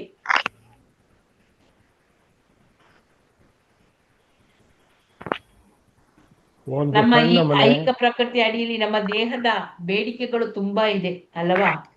ನಾವು ಅದಕ್ಕೆ ಏನ್ ಮಾಡ್ತೇವೆ? ಕೆಲಸ ಮಾಡ್ತೇವೆ. ಅಲ್ಲಿ ತ್ರಿವಿಧ ಕ್ಲೇಶಗಳು ಬರ್ತದೆ ನಮ್ಗೆ. ಈ ಆದಿ ದೈವಿಕ, ಆದಿ ಭೌತಿಕ, ಆಧ್ಯಾತ್ಮಿಕ ಕ್ಲೇಶಗಳು ಎಲ್ಲವೂ ಬರ್ತದೆ. ಆಮೇಲೆ ಅದ ನಂತರ ಕೂಡ ಅಲ್ಲಿ ದೈವಿ ಹೈಸ ಗುಣಮಯಿ ಮಮ ಮಾಯ ದುರತ್ಯಯ ಅಂತೇಳಿ ಅಲ್ಲಿ ಮತ್ತೆ ಪುನಃ ನಮ್ಗೆ 6 ಗುಣಗಳ ಬಗ್ಗೆ ಏನಂತ ಹೇಳಿದ್ರೆ ಇಲ್ಲಿ ನಾವು ಅವಶ್ಯಕತೆಗಿಂತ ಹೆಚ್ಚಾಗಿ ಕೆಲಸ ಮಾಡುದು. ಯಾಕೆ ಅಂತ ಹೇಳಿದ್ರೆ ಇಲ್ಲಿ ನಮ್ಗೆ ಹೊಟ್ಟೆ ತುಂಬಬೇಕು. ಹೊಟ್ಟೆ ತುಂಬಲಿಕ್ಕೋಸ್ಕರ ನಾವು ರಾತ್ರಿ ಹಗಲು ಬೇಕಾದ್ರೂ ದುಡಿತೇವೆ. ನಾವು ಇಲ್ಲಿ ಬಂದದ್ದು ಇದೊಂದು ಜೈಲ್ ಇದ್ದಾಗೆ, ಹೌದಾ? ನಾವಿಲ್ಲಿ ಜೈಲಿನಲ್ಲಿ ಬಂದಿದ್ದೇವೆ. ನಮ್ಮ ಮನೆ ಎಲ್ಲಿದೆ? ಆಧ್ಯಾತ್ಮಿಕ ಲೋಕದಲ್ಲಿ, ಕೃಷ್ಣನ ಕಡೆಯಲ್ಲಿ ಇದೆ. ನಾವು ಇಲ್ಲಿ ಅದೊಂದು ಪದ್ಯತೆ, ನಾವು ಇಲ್ಲಿ ಬಂದೆ ಸುಮ್ಮನೆ, ಅಲ್ಲಿ ಇದೆ ನಮ್ಮನೆ. ಇಲ್ಲಿ ನಾವು ಈಗ ಬಂದು ತುಂಬಾ ಕಷ್ಟಗಳಿಗೆ ಎದುರಾಗಿದ್ದೇವೆ. ಹುಟ್ಟು ಸಾವು ಎಂಬ ಚಕ್ರದಲ್ಲಿ ಮತ್ತೆ ಮತ್ತೆ ಬಿದ್ದುಕೊಂಡಿದ್ದೇವೆ. ಕೃಷ್ಣ ಪ್ರಜ್ಞೆಗೆ ಅನುಕೂಲವಾದ ರೀತಿಯಲ್ಲಿ ಹೊಟ್ಟೆ ಹೊರೆಯುವ ಕೆಲಸ ಹೇಗೆ ನಾವು ಮಾಡ್ಬೇಕು? ದೇಹಧಾರಣೆಗೆ ಏನ್ ಬೇಕು ನಮ್ಗೆ? ಸ್ವಲ್ಪ ಆಹಾರ, ಧಾನ್ಯ, ಬಟ್ಟೆ ಬರೆ ಬೇಕು, ಹಣಕಾಸು ಕೂಡ ಬೇಕಾಗ್ತದೆ. ಮತ್ತೆ ಹಾಗೆ ನಾವು ಈ ಜೈಲಿನಲ್ಲಿ ಇದ್ರೆ, ಈ ಭೌತಿಕ ಪ್ರಪಂಚವೆಂಬ ಜೈಲಿನಲ್ಲಿ ಇದ್ರೆ ಕೂಡ ನಮ್ಗೆ ವಾಸಕ್ಕೊಂದು ಮನೆ ಬೇಕು, ಎಲ್ಲವೂ ಬೇಕು. ಆದ್ರೆ ನಾವು ವಾಸ್ತವವಾಗಿ ಏನಂತ ಹೇಳಿದ್ರೆ ಇಲ್ಲಿ ಲೆಕ್ಕಕ್ಕಿಂತ ಹೆಚ್ಚಿಗೆ ನಾವು ಸಂಗ್ರಹಿಸಿ ಇಡಬಾರ್ದು ಅಂತ ಹೇಳಿದ್ದಾರೆ. ಪ್ರಕೃತಿ ನಿಯಮವನ್ನೇ ಅನುಸರಿಸಬೇಕು ದೇಹಧಾರಣೆಗೆ, ಆಗ ಏನು ಕೂಡ ಕಷ್ಟ ಆಗುವುದಿಲ್ಲ. ಪ್ರಕೃತಿಯ ವ್ಯವಸ್ಥೆಯ ಪ್ರಕಾರ ಆ ವಿಕಾಸ ಶ್ರೇಣಿಯ ತಳಮಟ್ಟದಲ್ಲಿರುವ ಜೀವಿಗಳು ಅವಶ್ಯಕವಾದುದಕ್ಕಿಂತ ಹೆಚ್ಚಾಗಿ ತಿನ್ನುವುದು ಕೂಡ ಇಲ್ಲ, ಸಂಗ್ರಹಿಸುವುದು ಕೂಡ ಇಲ್ಲ. ನೀವು ನೋಡಿರ್ಬೋದು, ಒಂದು ಹಕ್ಕಿ ಯಾವುದು ಗುಬ್ಬಚ್ಚಿ ಹೇಳುವ, ಅದು ಎಷ್ಟು ಸಂಗ್ರಹಿಸಿರ್ತದ, ಸ್ವಲ್ಪ ಎಷ್ಟು ಬೇಕು ಅಷ್ಟೇ. ಅದಕ್ಕೆ 4 ಕಾಲು 5 ಕಾಲು ಏನು ಹಾಕಿದ್ದು ಅದನ್ನು ತಿಂತ ಹೋಗ್ತದೆ. ನಾಳೆದು ಚಿಂತೆ ಅದಕ್ಕೆ ಇಲ್ಲ. ನಮ್ಗೆ ಮಾತ್ರ ನಾಳೆಯ ಚಿಂತೆ. ನಾಳೆಗೆ ಇವತ್ತು ಅಕ್ಕಿ ಸ್ವಲ್ಪ ಕಡಿಮೆ ಇದ್ರೆ ಅಯ್ಯೋ ನಾಳೆಗೆ ಅಕ್ಕಿ ಇಲ್ಲ ಅಲ್ಲ ಅಂತ ಹೇಳಿ ಓಡ್ತೇವೆ ಅಲ್ಲವಾ ಅಂಗಡಿಗೆ, ಆ ರೀತಿ. ಅಥವಾ ಹಾಗೆ ಇಲ್ಲಿ ಹಕ್ಕಿಗಳು ಹಾಗೆ ಕೂಡಿ ಇಡುವುದಿಲ್ಲ. ಇವತ್ತಿನದು ಇವತ್ತಿಗೆ ನಾವು ಹೋಗಿ ತಂದ್ರೆ ಮಾತ್ರ ಅಲ್ಲಿ ಅನ್ನ ಬೇಯುತ್ತದೆ, ಇಲ್ಲದಿದ್ರೆ ಬೇಯುವುದಿಲ್ಲ. ಹಕ್ಕಿಗಳಿಗೆ ನಾವು ಹಾಕಿದ್ರೆ ಮಾತ್ರ ಹಕ್ಕಿಗಳಿಗೆ ಸಿಗ್ತದೆ, ಇಲ್ಲದಿದ್ರೆ ಹಕ್ಕಿಗಳು ಮರದಲ್ಲಿ ಯಾವುದಾದ್ರೂ ಒಂದು ಹಣ್ಣ ಏನಾದ್ರೂ ಕುಕ್ಕಿ ಕುಕ್ಕಿ ತಿಂತವೆ. ಈಗ ಇಲ್ಲಿ ನೋಡಿ, ಪ್ರಾಣಿ ರಾಜ್ಯದಲ್ಲಿ ಸಾಮಾನ್ಯವಾಗಿ ಆರ್ಥಿಕ ಸಮಸ್ಯೆ ಇರುವುದಿಲ್ಲವಾ? ವಸ್ತುಗಳ ಅಭಾವವಾಗ್ಲಿ ಅವರಿಗೆ ಅದು ಇರುವುದಿಲ್ಲ. ಇವತ್ತು ಇಲ್ಲಿ ಅಕ್ಕಿ ಸಿಕ್ಕದಿದ್ರೆ ಕೂಡ, ಅದಕ್ಕೆ ಕಾಳು ಸಿಕ್ಕದಿದ್ರೆ ಇನ್ನೊಂದು ಕಡೆಯಲ್ಲಿ ಹೋಗಿ ಏನಾದ್ರೂ ಒಂದು ತಿಂತೇವೆ. ಒಂದು ಮೂಟೆ ಅಕ್ಕಿಯನ್ನು ನಾವು ಸಾರ್ವಜನಿಕ ಸ್ಥಳದಲ್ಲಿ ಇಟ್ಟರೆ ಕೂಡ ಅಕ್ಕಿ ಅದರಿಂದ ತನಗೆ ಎಷ್ಟು ಬೇಕೋ ಅಷ್ಟನ್ನೇ ತಿಂತದೆ, ಮತ್ತೆ ಹೊರಟು ಹೋಗ್ತದೆ. ಮಾನವರಾದ್ರೆ ಏನ್ ಮಾಡ್ತೇವೆ ನಾವು, ಮನುಷ್ಯರಾದ್ರೆ ಇಡೀ ಚೀಲವನ್ನೇ ತಂದು ಅಯ್ಯೋ ನಮ್ಗೆ ಇದು 1 ತಿಂಗಳಿಗೆ ಸಾಕು 2 ತಿಂಗಳಿಗೆ ಸಾಕು ಅಂತೇಳಿ ಹಿಡಿದುಕೊಂಡು ಹೊತ್ತುಕೊಂಡು ಒತ್ತಲಿಕ್ಕೆ ಆಗದಿದ್ರು ಹೇಗಾದ್ರೂ ಮಾಡಿಕೊಂಡು ಬರ್ತೇವೆ. ಹೊಟ್ಟೆ ಬಿರಿಯುವಷ್ಟು ತಿಂದು ಉಳಿದದನ್ನು ಭದ್ರವಾಗಿ ರಕ್ಷಿಸಿ ಇಡ್ತೇವೆ, ಸಿಕ್ಕಿದನ್ನು ಅಲ್ಲವಾ? ಯಾರಾದ್ರೂ ಬಿಟ್ಟು ಹೋದ್ರೆ, ಅಕ್ಕಿ ಕಾಲು ಬಿಟ್ಟು ಹೋದ್ರೆ, ಒಂದು ಗೋನು ಬಿಟ್ಟು ಹೋದ್ರೆ ನಾವು ಖಂಡಿತ ಇಟ್ಕೊಂಡು ಬರ್ತೇವೆ. ಶಾಸ್ತ್ರದ ಪ್ರಕಾರ ಅವಶ್ಯಕತೆಗಿಂತ ಹೆಚ್ಚಾಗಿ ಸಂಗ್ರಹಿಸುವುದು ಕೂಡ ಅದು ನಿಷಿದ್ಧ. ಈ ಕಾರಣದಿಂದ ಈಗ ಇಡೀ ಜಗತ್ತೇ ನರಳುತ್ತದೆ. ನಮ್ಮಲ್ಲಿ ಇರುವಂತದ್ದು ಎಲ್ಲರ ಮನೆಯಲ್ಲೂ ಇರುವುದು ಇದೆ, ನಾವು ಕೂಡಿ ಇಡುತ್ತೇವೆ. 1 ತಿಂಗಳಲ್ಲ 1 ವರ್ಷಕ್ಕೆ ಬೇಕಾದ್ರೂ ಇಡ್ತೇವೆ. ಮಳೆಗಾಲಕ್ಕೆ ಏನು ಇರುವುದಿಲ್ಲ ಅಂತೇಳಿ ನಾವು ಕೂಡಿ ಇಡ್ತೇವೆ. ನೋಡಿ, ಇಲ್ಲಿ ಹೆಚ್ಚಾಗಿ ಅವಶ್ಯಕತೆಗಿಂತ ಹೆಚ್ಚು ಅದಕ್ಕೆ ಹಾಗೆ ಕೂಡಿ ಇಟ್ರೆ ಏನಾಗ್ತದೆ, ಬೂಸ್ಟ್ ಬರ್ತದೆ, ಏನಾದ್ರೂ ಒಂದು ಆಗ್ತದೆ. ಹೆಚ್ಚಾಗಿ ಕೂಡಿ ಹಾಕುವುದು ಮತ್ತೆ ತಿನ್ನುವುದು ಇದೆಲ್ಲ ವ್ಯರ್ಥ ಪ್ರಯತ್ನ. ಯಾರು ಬೇಕಾದ್ರೂ ಪ್ರಪಂಚದ ಯಾವ ಭಾಗದಲ್ಲಿ ಆದ್ರೂ ಕೂಡ ಒಂದಿಷ್ಟು ಜಮೀನು ಮತ್ತು ಒಂದು ಕರೆಯುವ ಹಸು ಇದ್ರೆ ತುಂಬಾ ನೆಮ್ಮದಿಯಿಂದ ಇರ್ಬೋದು. ಒಂದು ಹಸು ಮತ್ತೆ ಒಂದು ಇರ್ಲಿಕ್ಕೆ ಮನೆ, ವಾಸ ಮಾಡ್ಲಿಕ್ಕೆ ಒಂದು ಮನೆ, ಒಂದು ಸ್ವಲ್ಪ ಅದಿಷ್ಟೇ ಇದ್ರೆ ನಾವು ನೆಮ್ಮದಿಯಿಂದ ಬದುಕಬಹುದು. ಹೊಟ್ಟೆ ಹೊರೆಯಲು ಒಂದು ಸ್ಥಳದಿಂದ ಇನ್ನೊಂದಕ್ಕೆ ಹೋಗ್ಬೇಕಂತ ಹೇಳಿ ಇಲ್ಲ. ತಾನಿರುವ ಸ್ಥಳದಲ್ಲೇ ಅವನು ಬೇಕಾದ ತರಕಾರಿ, ಹಣ್ಣು, ಇದು ಕಾಳುಗಳು ಏನು ಬೇಕೋ ಅದನ್ನು ಬೆಳಿಬಹುದು. ಹಸುಗಳನ್ನು ಸಾಕಿದ್ರೆ ಹಾಲು ಸಿಗ್ತದೆ. ಇದೆಲ್ಲ ನಮ್ಮ ಆರ್ಥಿಕ ಸಮಸ್ಯೆಗಳನ್ನು ಪರಿಹರಿಸಬಲ್ಲದು. ಈ ಹಸುಗಳಿಗೆ ಬೇಕಾದ್ರೆ ಹುಲ್ಲುಗಳಿಗೆ ಅದಕ್ಕೆ ಬೇಕಾದ ಒಂದಿಷ್ಟು ಸ್ವಲ್ಪ ಜಮೀನು ಬೇಕು. ನಾವು ಎಲ್ಲ ಆರ್ಥಿಕ ಸಮಸ್ಯೆಗಳನ್ನು ಪರಿಹರಿಸಬಲ್ಲದು ಇದು ಯಾವುದು, ಒಂದು ಒಂದು ಹಸು, ಒಂದು ಇರ್ಲಿಕ್ಕೆ ಒಂದು ಮನೆ, ಒಂದು ಸ್ವಲ್ಪ ಜಮೀನು ಇದ್ರೆ ಸಾಕು, ನಮ್ಮ ಸಮಸ್ಯೆಗಳೆಲ್ಲ ಹೋಗ್ತದೆ, ಆರ್ಥಿಕ ಸಮಸ್ಯೆ. ಅದೃಷ್ಟವಶಾತ್ ಕೃಷ್ಣ ಪ್ರಜ್ಞೆಯನ್ನು ಬೆಳೆಸಿಕೊಳ್ಳಲು ಅಥವಾ ಭಗವಂತನನ್ನು ತಿಳಿಯಲು, ಜೀವನದ ಅಂತಿಮ ಧ್ಯೇಯವನ್ನು ಅರಿಯಲು, ಭಗವತ್ ಪ್ರೇಮವನ್ನು ಅರಿಯಲು ಮಾನವನಿಗೆ ಉನ್ನತ ಮಟ್ಟದ ಬುದ್ಧಿಶಕ್ತಿಯನ್ನು ಕೂಡ ಕೊಟ್ಟಿದ್ದಾನೆ ಭಗವಂತ. ಆದ್ರೆ ಈ ದುರಾದೃಷ್ಟದ ಸಂಗತಿ ಏನು, ಒಳ್ಳೆ ಸುಸಂಸ್ಕೃತ ಅವನು ಭಗವಂತನ ಸಾಕ್ಷಾತ್ಕಾರದ ಕಡೆಗೆ ಲಕ್ಷ್ಯವೇ ಕೊಡುವುದಿಲ್ಲ. ಅವಶ್ಯಕತೆಗೆ ಇವತ್ತು ಸಿಕ್ಕಿದೆ ಅಂತೇಳಿ ಅದಕ್ಕಿಂತ ಹೆಚ್ಚಿಗೆ ತಿಂದೇ ಬಿಡ್ತಾನೆ ಅಥವಾ ಸಂಪಾದಿಸ್ಲಿಕ್ಕೆ ಹೋಗ್ತಾನೆ. ನಾಳೆಗೆ ಚಪಲ ತೀರಿಸಿಕೊಳ್ಬೇಕು, ಬುದ್ಧಿಶಕ್ತಿಯನ್ನು ಬೆಳೆಸಿಕೊಳ್ಬೇಕು. ದೇವರ ವ್ಯವಸ್ಥೆಯಿಂದ ಪ್ರಪಂಚದಾದ್ಯಂತ ಇರುವಂತಹ ಮಾನವ ಜೀವಿಗಳಿಗೆ ಬೇಕಾದ ಹಾಲು ಮತ್ತು ಧಾನ್ಯಗಳನ್ನು ಉತ್ಪತ್ತಿ ಮಾಡಲು ಸಾಕಷ್ಟು ಅವಕಾಶವನ್ನು ಕೊಟ್ಟಿದ್ದಾನೆ ಭಗವಂತ. ಉನ್ನತ ಬುದ್ಧಿಶಕ್ತಿಯನ್ನು, ಭಗವತ್ ಪ್ರಜ್ಞೆಯನ್ನು ಬೆಳೆಸಿಕೊಳ್ಳಲು ಉಪಯೋಗಿಸುವ ಬದಲು ನಾವು ಬುದ್ಧಿವಂತರು ಎನಿಸಿಕೊಂಡವರು ನಮ್ಮ ಬುದ್ಧಿಶಕ್ತಿಯನ್ನು ಬೇಡದ ಕೆಲಸಗಳಿಗೆ, ಬಾರದ ವಸ್ತುಗಳನ್ನು ತಯಾರು ಮಾಡಲಿಕ್ಕೆ, ಕೆಲಸಕ್ಕೆ ಬಾರದ ವಸ್ತುಗಳನ್ನು ತಯಾರು ಮಾಡ್ತೇವೆ, ಮತ್ತೆ ದುರುಪಯೋಗವನ್ನು ಪಡಿಸಿಕೊಳ್ತೇವೆ. ಹೀಗಾಗಿ ಇಲ್ಲಿ ಕಾರ್ಖಾನೆಗಳು, ಕಸಾಯಿಖಾನೆಗಳು ವೇಶ್ಯಾಗೃಹಗಳು ಮತ್ತು ಮದ್ಯದ ಅಂಗಡಿಗಳು ಕೂಡ ತೆರೆದಿದ್ದಾರೆ. ಆ ಮದ್ಯದ ಅಂಗಡಿಗಳು, ಕಸಾಯಿಖಾನೆಗಳು, ವೇಶ್ಯಾಗೃಹಗಳು, ಕಾರ್ಖಾನೆಗಳು. ಬೇಕಾದಕ್ಕಿಂತ ಹೆಚ್ಚು ಪದಾರ್ಥಗಳನ್ನು ಸಂಗ್ರಹಿಸಬಾರದು, ಮೀರಿ ತಿನ್ನಬಾರದು. ಕೃತಕ ಸಾಧನೆ ಸಲಕರಣೆಗಳನ್ನು ಸಂಪಾದಿಸಲು ಅನವಶ್ಯಕವಾಗಿ ನಾವು ದುಡಿಯಬಾರದು ಅಂತ ಬುದ್ಧಿವಾದ ಹೇಳಿದ್ರೆ ಓಬಿರಾಯನ ಕಾಲದ ಜೀವನಕ್ಕೆ ಮರಳುವಂತೆ ನಾವು ಉಪದೇಶಿಸುತ್ತಿದ್ದೇವೆ ಅಂತ ಹೇಳಿ ಹೇಳ್ತಾರೆ. ಇದು ನಿಜವಾಗಿ ನಿಮ್ಗೆಲ್ಲ ಅನುಭವಕ್ಕೆ ಬಂದಿರ್ಬೋದು ಅಲ್ಲವಾ? ನಮ್ಮ ಮಕ್ಕಳೇ ಹೇಳ್ತಾರೆ ಬೇಕಾದ್ರೆ, ಓಬಿರಾಯನ ಕಾಲದವರ ನೀವು. ಬಂದಿದ್ದೆ ಮಾತಾಜಿ. ಹೌದು, 56ನೇ ಇಸ್ವಿ ನಿಂತು ನೀನೇ ಹೇಳ್ಬೇಡ ಅಂತಾರೆ. ಸಾಮಾನ್ಯವಾಗಿ ಜನರು ಸರಳ ಜೀವನ ಮತ್ತೆ ಉನ್ನತ ಆಲೋಚನೆಯನ್ನು ಅವರು ಇಷ್ಟಪಡುವುದೇ ಇಲ್ಲ. ಇದೇ ನಮ್ಮದೆಲ್ಲ ದೌರ್ಭಾಗ್ಯ.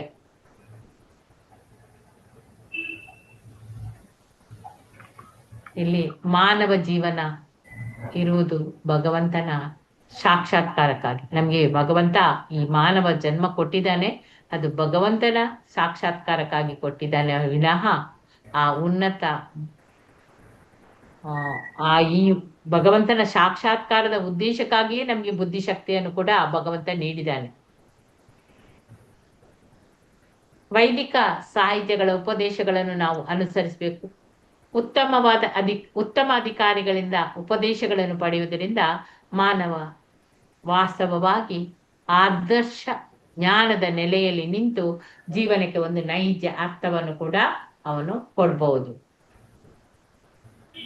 ಇಲ್ಲಿ ಸೂತ ಗೋಸ್ವಾಮಿಯವರು ಭಾಗವತದಲ್ಲಿ ಉಚಿತವಾದ ಮಾನವ ಧರ್ಮವೇನೆಂಬುದನ್ನು ಹೀಗೆ ವಿವರಿಸಿದ್ದಾರೆ.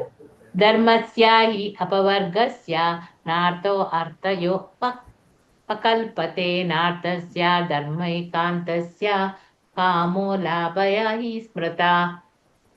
ಎಲ್ಲ ವೃತ್ತಿ ಧರ್ಮಗಳು ಖಂಡಿತವಾಗಿ ಮೋಕ್ಷಕ್ಕಾಗಿಯೇ ಇವೆ. ನೋಡಿದ್ರ, ಎಲ್ಲ ವೃತ್ತಿ ಧರ್ಮಗಳು ಅದು ಮೋಕ್ಷಕ್ಕಾಗಿಯೇ ಇರುವಂಥದ್ದು. ಅವನು ನಾವು ಐಹಿಕ ಲಾಭಕ್ಕಾಗಿ ಮಾಡಬಾರ್ದು.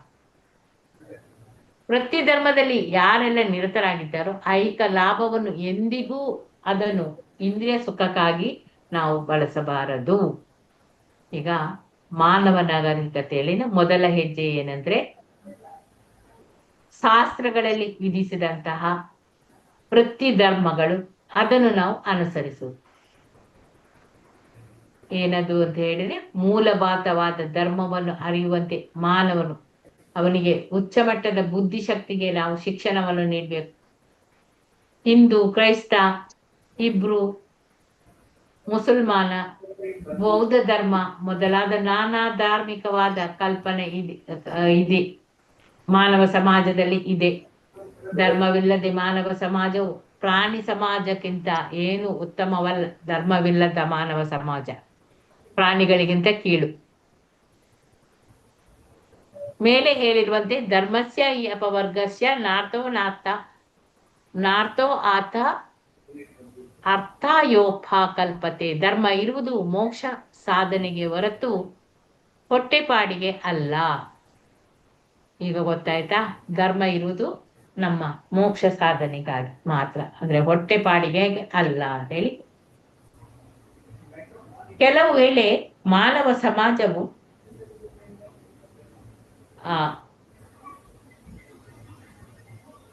ಲೌಕಿಕ ಪ್ರಗತಿಯನ್ನು ಸಾಧಿಸುವ ಉದ್ದೇಶದ ಧಾರ್ಮಿಕ ವ್ಯವಸ್ಥೆಯನ್ನು ಸೃಷ್ಟಿಸುತ್ತದೆ. ಇದು ನಿಜವಾದ ಧರ್ಮದ ಗುರಿಯಲ್ಲ. ಏನದು ಲೌಕಿಕ ಪ್ರಗತಿ ಅಂತ ಹೇಳಿದ್ರೆ? ಹರೇ ಕೃಷ್ಣ, ಏನದು ಲೌಕಿಕ ಪ್ರಗತಿ? ಯಾರು ಹೇಳ್ತೀರಿ? ಆರ್ಥಿಕ ಪ್ರಗತಿ. ಆರ್ಥಿಕ ಪ್ರಗತಿ ಅನ್ಬೋದು ಆಗುತ್ತೆ ಮಾತಾಜಿ. ಲೌಕಿಕ ಪ್ರಗತಿ ಅಂದ್ರೆ ಲೌಕಿಕ ಪ್ರಗತಿ ಅಂದ್ರೆ ಈ ಭೌತಿಕದಲ್ಲಿ ಇರುವಂತಹ ಪ್ರಗತಿ ಉದ್ದೇಶ ಮಾಡುದಂದ್ರೆ ನಾವು ಆರ್ಥಿಕದ ಮಟ್ಟದಲ್ಲೇ ಮೇನ್ ಆಗಿ ನಮ್ಗೆ ಹಣ ಬೇಕು. ಹಣ ಗಳಿಸ್ಲಿಕ್ಕೋಸ್ಕರ ನಾವು ಈ ಭೌತಿಕದಲ್ಲಿ ಏನ್ ಬೇಕಾದ್ರೂ ಯಾವ ಕೆಲಸವನ್ನು ಬೇಕಾದ್ರೂ ಕತ್ತೆ ಹೇಗೆ ಮಾಡ್ತದೆ ಆ ರೀತಿ ರಾತ್ರಿ ಹಗಲು ಬೇಕಾದ್ರೂ ದುಡಿತಾರೆ. ಇದನ್ನ ಮತ್ತೆ ಪುನಃ ನಿಮ್ಗೆ ಲಾಸ್ಟ್ಗೆ ಪುನಃ ವಿವರಿಸ್ತೇನೆ ಏನಂತೇಳಿ.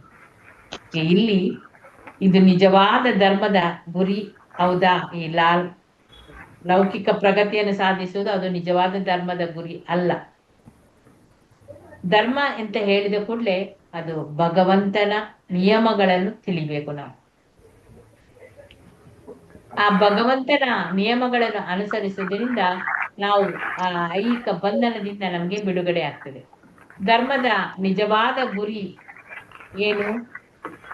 ಐಹಿಕ ಗುರಿ ಇದೆಯೇ? ಯಾವುದು?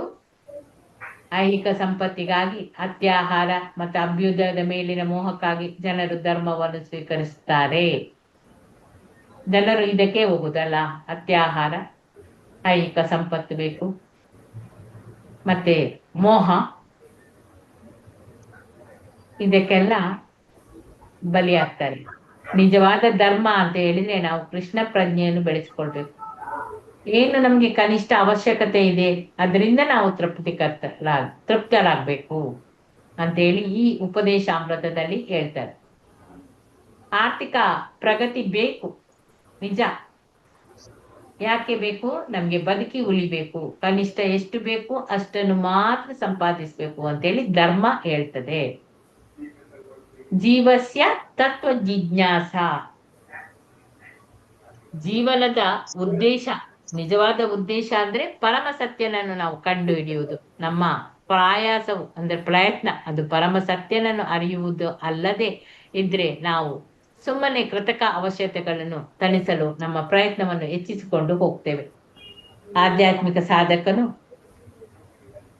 ಲೌಕಿಕ ಪ್ರಯತ್ನವನ್ನು ಕೈ ಬಿಡಬೇಕು, ಅದೇ ಪ್ರಯಾಸ. ಇನ್ನೊಂದೀಗ ಪ್ರಜ್ವಲ್ಪದ ಬಗ್ಗೆ ಹೇಳ್ತಾರೆ. ಇಲ್ಲಿ ನಾನು ನಿಮ್ಗೆ ಪ್ರಯಾಸ ಮತ್ತೆ ಇಲ್ಲಿ 6 ಬಗೆದು ಕೊಟ್ಟಿದ್ದೇವೆ. 6 ಬಗೆದ್ರಲ್ಲಿ ಫಸ್ಟ್ ಅತಿಯಾಗಿ ತಿನ್ನೋದು.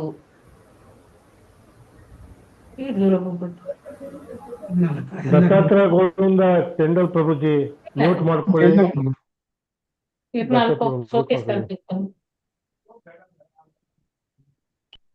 ಅತ್ಯಲ್ಪ ಅಲ್ಲ, ಅತಿಯಾಗಿ ತಿನ್ನುವುದು, ಸಂಗ್ರಹಿಸುವುದು ಅಂದ್ರೆ ಅತಿಯಾಗಿ ಆಹಾರ ತಿನ್ನುವುದು, ಆಮೇಲೆ ಸಂಗ್ರಹಿಸಿರುವಂಥದ್ದು. ಇದು ಒಳ್ಳೇದಲ್ಲ ಅಂತೇಳಿ ಒಂದಾಯ್ತು ಅಲ್ಲವಾ? 6 ಅಡಚಣೆಗಳಲ್ಲಿ ಒಂದು ಅತ್ಯಾಹಾರ. ಆಸೆ, ಜಾಸ್ತಿ ಆಸೆ ಪಡುವುದು, ಬೇಡದಿದ್ರು ನಮ್ಗೆ ಆ ವಸ್ತು ತಿನ್ನುವ ಅಂತೇಳಿ ಎಂಬ ಆಸೆ. ಇದರಿಂದ ಏನಾಗ್ತದೆ? ನಮ್ಗೆ ಆ ಆಸೆಯಿಂದ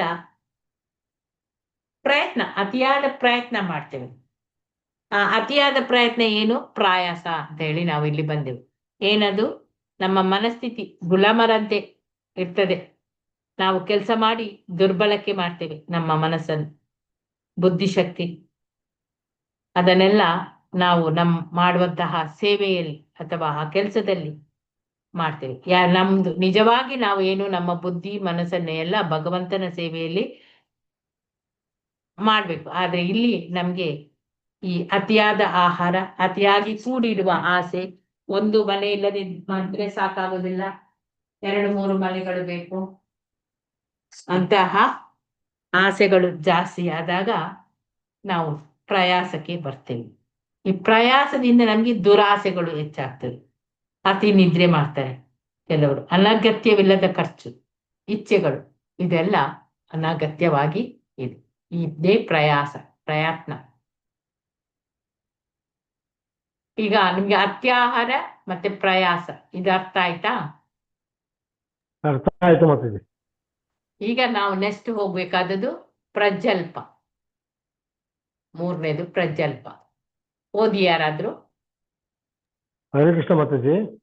ಇನ್ನೊಂದು ಅಡ್ಡಿ ಎಂದರೆ ಪ್ರಜ್ವಲ್ವ, ಅನವಶ್ಯಕವಾಗಿ ಮಾತಾಡುವುದು. ನಾವು ನಮ್ಮ ಸ್ನೇಹಿತರೊಡನೆ ಸೇರಿದಾಗ ಅನವಶ್ಯಕವಾಗಿ ಮಾತನಾಡಲಾರಂಭಿಸುತ್ತೇವೆ. ತಪ್ಪೆಗಳು ಒಟಗುಟ್ಟುವಂತೆ ನಾವು ಮಾತನ್ನು ಆಡಲೇಬೇಕಾದಾಗ ಕೃಷ್ಣ ಪ್ರಜ್ಞಾ ಆಂದೋಲನದ ಬಗೆಗೆ ಮಾತನಾಡಬೇಕು. ಕೃಷ್ಣ ಪ್ರಜ್ಞಾ ಆಂದೋಲನದ ಹೊರಗಡೆ ಇರುವವರು ವೃತ್ತ ಪತ್ರಿಕೆಗಳು, ಮ್ಯಾಗಝಿನ್ಗಳು, ಕಾದಂಬರಿಗಳನ್ನು ಓದುವುದರಲ್ಲೂ, ಪದಬಂಧ ಸಮಸ್ಯೆಗಳನ್ನು ಬಿಡಿಸುವುದರಲ್ಲೂ, ಇತರ ಕೆಲಸಕ್ಕೆ ಬಾರದ ಕೆಲಸಗಳನ್ನು ಮಾಡುವುದರಲ್ಲೂ ಆಸಕ್ತರಾಗಿರುತ್ತಾರೆ. ಈ ರೀತಿಯಲ್ಲಿ ಜನರು ಸುಮ್ಮನೆ ತಮ್ಮ ಬೆಲೆ ಬಾಳುವ ಸಮಯವನ್ನು, ಶಕ್ತಿಯನ್ನು ಅಪವ್ಯಯ ಮಾಡುತ್ತಾರೆ. ಪಾಶ್ಚಿಮಾತ್ಯ ದೇಶಗಳಲ್ಲಿ ಸಕ್ರಿಯ ಜೀವನದಿಂದ ನಿವೃತ್ತರಾದ ವೃದ್ಧರು ಇಸ್ಪಿಟ್ ಆಡುತ್ತಾರೆ, ಮೀನು ಹಿಡಿಯುತ್ತಾರೆ, ಟಿವಿ ನೋಡುತ್ತಾರೆ, ಕೆಲಸಕ್ಕೆ ಬಾರದ ಸಾಮಾಜಿಕ ರಾಜಕೀಯ ವಿಷಯಗಳ ಬಗೆಗೆ ಚರ್ಚೆ ನಡೆಸುತ್ತಾರೆ. ಇವೆಲ್ಲವೂ ಮತ್ತಿತರ ನಿಷ್ಫಲವಾದ ಚಟುವಟಿಕೆಗಳು ಪ್ರಜಲ್ಪ ಎಂಬ ವರ್ಗದಲ್ಲಿ ಸೇರುತ್ತವೆ. ಕೃಷ್ಣ ಪ್ರಜ್ಞೆಯಲ್ಲಿ ಆಸಕ್ತರಾದ ಬುದ್ಧಿವಂತರು ಎಂದೂ ಅಂತಹ ಚಟುವಟಿಕೆಗಳಲ್ಲಿ ಭಾಗವಹಿಸಬಾರದು. ಜನಸಂಘ ಎಂಬ ಪದವು ಪ್ರಜಲ್ಪದ ವಿಷಯ ಬಂತು. ಪ್ರಜಲ್ಪ ಅಂದ್ರೆ ನಾವು ಅನವಶ್ಯಕವಾಗಿ ಇನ್ನೊಬ್ಬರ ವಿಷಯವನ್ನು ಮಾತನಾಡುದು, ಅದು ಪ್ರಜಲ್ಪ. ಹೆಚ್ಚಾಗಿ ನಾವು ನಮ್ಮ ಸ್ನೇಹಿತರೊಡನೆ ಸೇರಿದಾಗ ಇಂತಹ ವಿಷಯಗಳನ್ನೆಲ್ಲ ಅನವಶ್ಯಕವಾಗಿ ಕಪ್ಪೆಗಳು ಒಟಗುಟ್ಟುವಂತೆ ನಾವು ಇದನ್ನು ಮಾತನಾಡ್ತೇವೆ. ನಾವು ಹಾಗೆಯೇ ನಮ್ಗೆ ಮಾತನಾಡ್ಬೇಕು ಅಂತ ಹೇಳಿದ್ರೆ ಕೃಷ್ಣನ ವಿಷಯದಲ್ಲಿ, ಕೃಷ್ಣನ ಆಂದೋಲನದ ಬಗ್ಗೆ, ಅದರ ಬಗ್ಗೆ ಮಾತನಾಡ್ಬೇಕು. ಮತ್ತೆ ಕೆಲವರು ಹೊರಗಡೆ ಹೋದಾಗ ಆ ಮ್ಯಾಗಝಿನ್, ಕಾದಂಬರಿ, ಪದಬಂಧ, ಕೆಲಸಕ್ಕೆ ಬಾರದ ವಿಷಯಗಳಲ್ಲಿ ಅಂತಹ ವಿಷಯಗಳನ್ನೆಲ್ಲ, ಕೆಲಸಗಳನ್ನೆಲ್ಲ ಮಾಡುವುದ್ರಲ್ಲೆಲ್ಲ ಆಸಕ್ತಿ ವಹಿಸ್ತಾರೆ ಅಂತ ಹೇಳಿ. ಹೀಗೆ ಜನರು ಸುಮ್ಮನೆ ತಮ್ಮ ಬೆಳೆ ಬಾಳುವಂತಹ ಸಮಯ, ಶಕ್ತಿಯನ್ನು ಅಪವ್ಯಯ ಮಾಡುತ್ತಾರೆ. ಅದೇ ನಾವು ಅವರು ಆ ಸಮಯ ಈ ಯಾವುದಕ್ಕೆ ಎಲ್ಲ ಕೊಡ್ತಾರೆ, ಕಾದಂಬರಿ, ಮ್ಯಾಗಝಿನ್ ಅಂತದನ್ನೆಲ್ಲ ಓದ್ತಾರೆ. ಈಗ ಆ ಯೂಟ್ಯೂಬ್ ಅದನ್ನು ನೋಡ್ತಾರೆ. ಯೂಟ್ಯೂಬ್ ಅಲ್ಲಿ ಬೇಕಾದಂತಹ ಇದನ್ನು ನೋಡಿದ್ರು ತೊಂದರೆ ಇಲ್ಲ, ಇದು ಬೇಡದದ್ದನ್ನೆಲ್ಲ ನೋಡ್ತಾರೆ. ಅದಕ್ಕೆಲ್ಲ ಸಮಯವನ್ನು ವೇಸ್ಟ್ ಮಾಡುವ ಬದಲು ಆ ಕೃಷ್ಣ ಪ್ರಜ್ಞೆಯಲ್ಲಿ ಮುಂದುವರಿದ್ರೆ ಅದು ನಮ್ಮನ್ನು ಆಧ್ಯಾತ್ಮಿಕದ ಕಡೆಗೆ ಎಳೀತದೆ.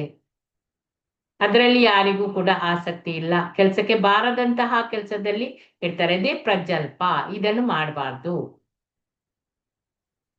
ಅಂದ್ರೆ ಅಷ್ಟು ನಾವು ಈಗ ಕರೆದ್ರು ಕೂಡ ಅವರು ಇಲ್ಲ, ನಮ್ಗೆ ಸಮಯ ಇಲ್ಲ ಅಂತ ಹೇಳ್ತಾರೆ ಅಲ್ಲವಾ? ಇದೆಲ್ಲ ನಿಮಗೂ ಅನುಭವ ಆಗಿದೆ. ಈಗ ಪಾಶ್ಚಿಮಾತ್ಯ ದೇಶದಲ್ಲಿ ಸಕ್ರಿಯವಾದ ಜೀವನದಿಂದ ನಿವೃತ್ತರಾದ ವೃದ್ಧರು ಏನ್ ಮಾಡ್ತಾರೆ, ಕೃಷ್ಣ ಪ್ರಜ್ಞೆಗೆ ಬನ್ನಿ ಅಂತ ಹೇಳಿ ಬರುವುದಿಲ್ಲ. ಇಸ್ಪಿಟ್ ಆಡ್ತಾರೆ, ಮೀನ್ ಹಿಡಿತಾರೆ, ಟಿವಿ ನೋಡ್ತಾರೆ, ಇನ್ನು ಬೇರೆ ಸಾಮಾಜಿಕ ರಾಜಕೀಯ ವಿಷಯಗಳ ಬಗೆಗೆ ಅಲ್ಲಿ ಇಲೆಕ್ಷನ್ಗೆ ನಿಲ್ತಾರೆ, ಏನೋ ಚರ್ಚೆ ಮಾಡ್ತಾರೆ ಅವರ ವಿಷಯದಲ್ಲಿ. ಅವನ ಹಾಗೆ, ಇವನು ಹೀಗೆ, ಕ್ರಿಕೆಟ್, ಅದು ಇದು ಅದನ್ನೇ ನೋಡ್ತಾರೆ. ಇದೆಲ್ಲ ನಿಜವಾಗಿ ಪ್ರಜಲ್ಪಕ್ಕೆ ಬಂದ್ಬಿಡ್ತದೆ. ಕೃಷ್ಣ ಪ್ರಜ್ಞೆಯಲ್ಲಿ ಯಾರು ಆಸಕ್ತರಾದ ಬುದ್ಧಿವಂತರಿರ್ತಾರೋ ಇಂಥವರೆಲ್ಲ ಇಂತಹ ಚಟುವಟಿಕೆಗಳಲ್ಲಿ ಭಾಗವಹಿಸಲೇಬಾರದು. ನೆಕ್ಸ್ಟ್ ಇನ್ನೊಬ್ರು ಓದಿ, ಜನಸಂಘ. ನೆಕ್ಸ್ಟ್ 4ನೇದು ಓದ್ಲಾ ಮಾತಾಜಿ? ಜನಸಂಘ ಎಂಬ ಪದವು ಕೃಷ್ಣ ಪ್ರಜ್ಞೆಯಲ್ಲಿ ಆಸಕ್ತಿ ಇಲ್ಲದವರ ಸಹವಾಸ ಮಾಡುವುದನ್ನು ಸೂಚಿಸುತ್ತದೆ. ಅಂತವರ ಸಂಘವನ್ನು ಖಂಡಿತ ಮಾಡಬಾರದು. ಆದ್ದರಿಂದಲೇ ಶ್ರೀ ನರೋತ್ತಮ ದಾಸ ಠಾಕೂರರು ನಾವು ಕೃಷ್ಣ ಪ್ರಜ್ಞೆಯುಳ್ಳ ಭಕ್ತರ ಸಂಘವನ್ನು ಕೃಷ್ಣ ಸನ್ನಿವಾಸ ಮಾಡಬೇಕೆಂದು ಹೇಳಿದ್ದಾರೆ. ಭಗವದ್ಭಕ್ತರ ಸಹವಾಸದಲ್ಲಿದ್ದುಕೊಂಡೇ ಸದಾ ಭಗವಂತನ ಸೇವೆ ಮಾಡಬೇಕು. ಸಮಾನ ವ್ಯವಹಾರಗಳಲ್ಲಿ ತೊಡಗಿರುವವರ ಜೊತೆ ಸೇರುವುದು, ಆ ವ್ಯವಹಾರದಲ್ಲಿ ಮುಂದುವರಿಯಲು ತುಂಬಾ ಅನುಕೂಲವಾಗುತ್ತದೆ.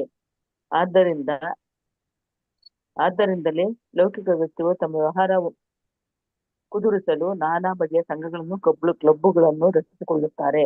ಉದಾಹರಣೆಗೆ, ವಾಣಿಜ್ಯ ಜಗತ್ತಿನಲ್ಲಿ ನಾವು ಸ್ಟಾಕ್ ಎಕ್ಸ್ಚೇಂಜ್ ಮತ್ತು ಚೇಂಬರ್ ಆಫ್ ಕಾಮರ್ಸ್ ಎಂಬ ಸಂಘ ಸಂಸ್ಥೆಗಳನ್ನು ನೋಡುತ್ತೇವೆ. ಅದೇ ರೀತಿ ಕೃಷ್ಣನನ್ನು ಮರೆತಿಲ್ಲದ ಜನರೊಡನೆ ಸೇರಲು ಜನರಿಗೆ ಒಂದು ಅವಕಾಶ ಕಲ್ಪಿಸಲು ನಾವು ಅಂತಾರಾಷ್ಟ್ರೀಯ ಕೃಷ್ಣ ಪ್ರಜ್ಞಾ ಸಂಘವನ್ನು ಸ್ಥಾಪಿಸಿದ್ದೇವೆ. ನಮ್ಮ ಇಸ್ಕಾನ್ ಆಂದೋಲನದಿಂದ ಆರಂಭವಾದ ಈ ಆಧ್ಯಾತ್ಮಿಕ ಸಂಘದ ಸಂಸ್ಥೆಯು ದಿನೇ ದಿನೇ ಹೆಚ್ಚುತ್ತಿದೆ. ಪ್ರಪಂಚದ ವಿವಿಧ ಭಾಗಗಳ ಜನರು ತಮ್ಮ ಸುಪ್ತವಾದ ಕೃಷ್ಣ ಪ್ರಜ್ಞೆಯನ್ನು ಜಾಗೃತಗೊಳಿಸಲು ಈ ಸಂಘವನ್ನು ಸೇರುತ್ತಿದ್ದಾರೆ. ಹರೇ ಕೃಷ್ಣ. ಇಲ್ಲಿ ಜನಸಂಘ ಎಂಬ ಪದ, ಇದು ಆಸಕ್ತಿ, ಕೃಷ್ಣ ಪ್ರಜ್ಞೆಯಲ್ಲಿ ಆಸಕ್ತಿ ಇಲ್ಲದವರ ಸವಾಸ ಮಾಡುವುದನ್ನು ಸೂಚಿಸ್ತದೆ.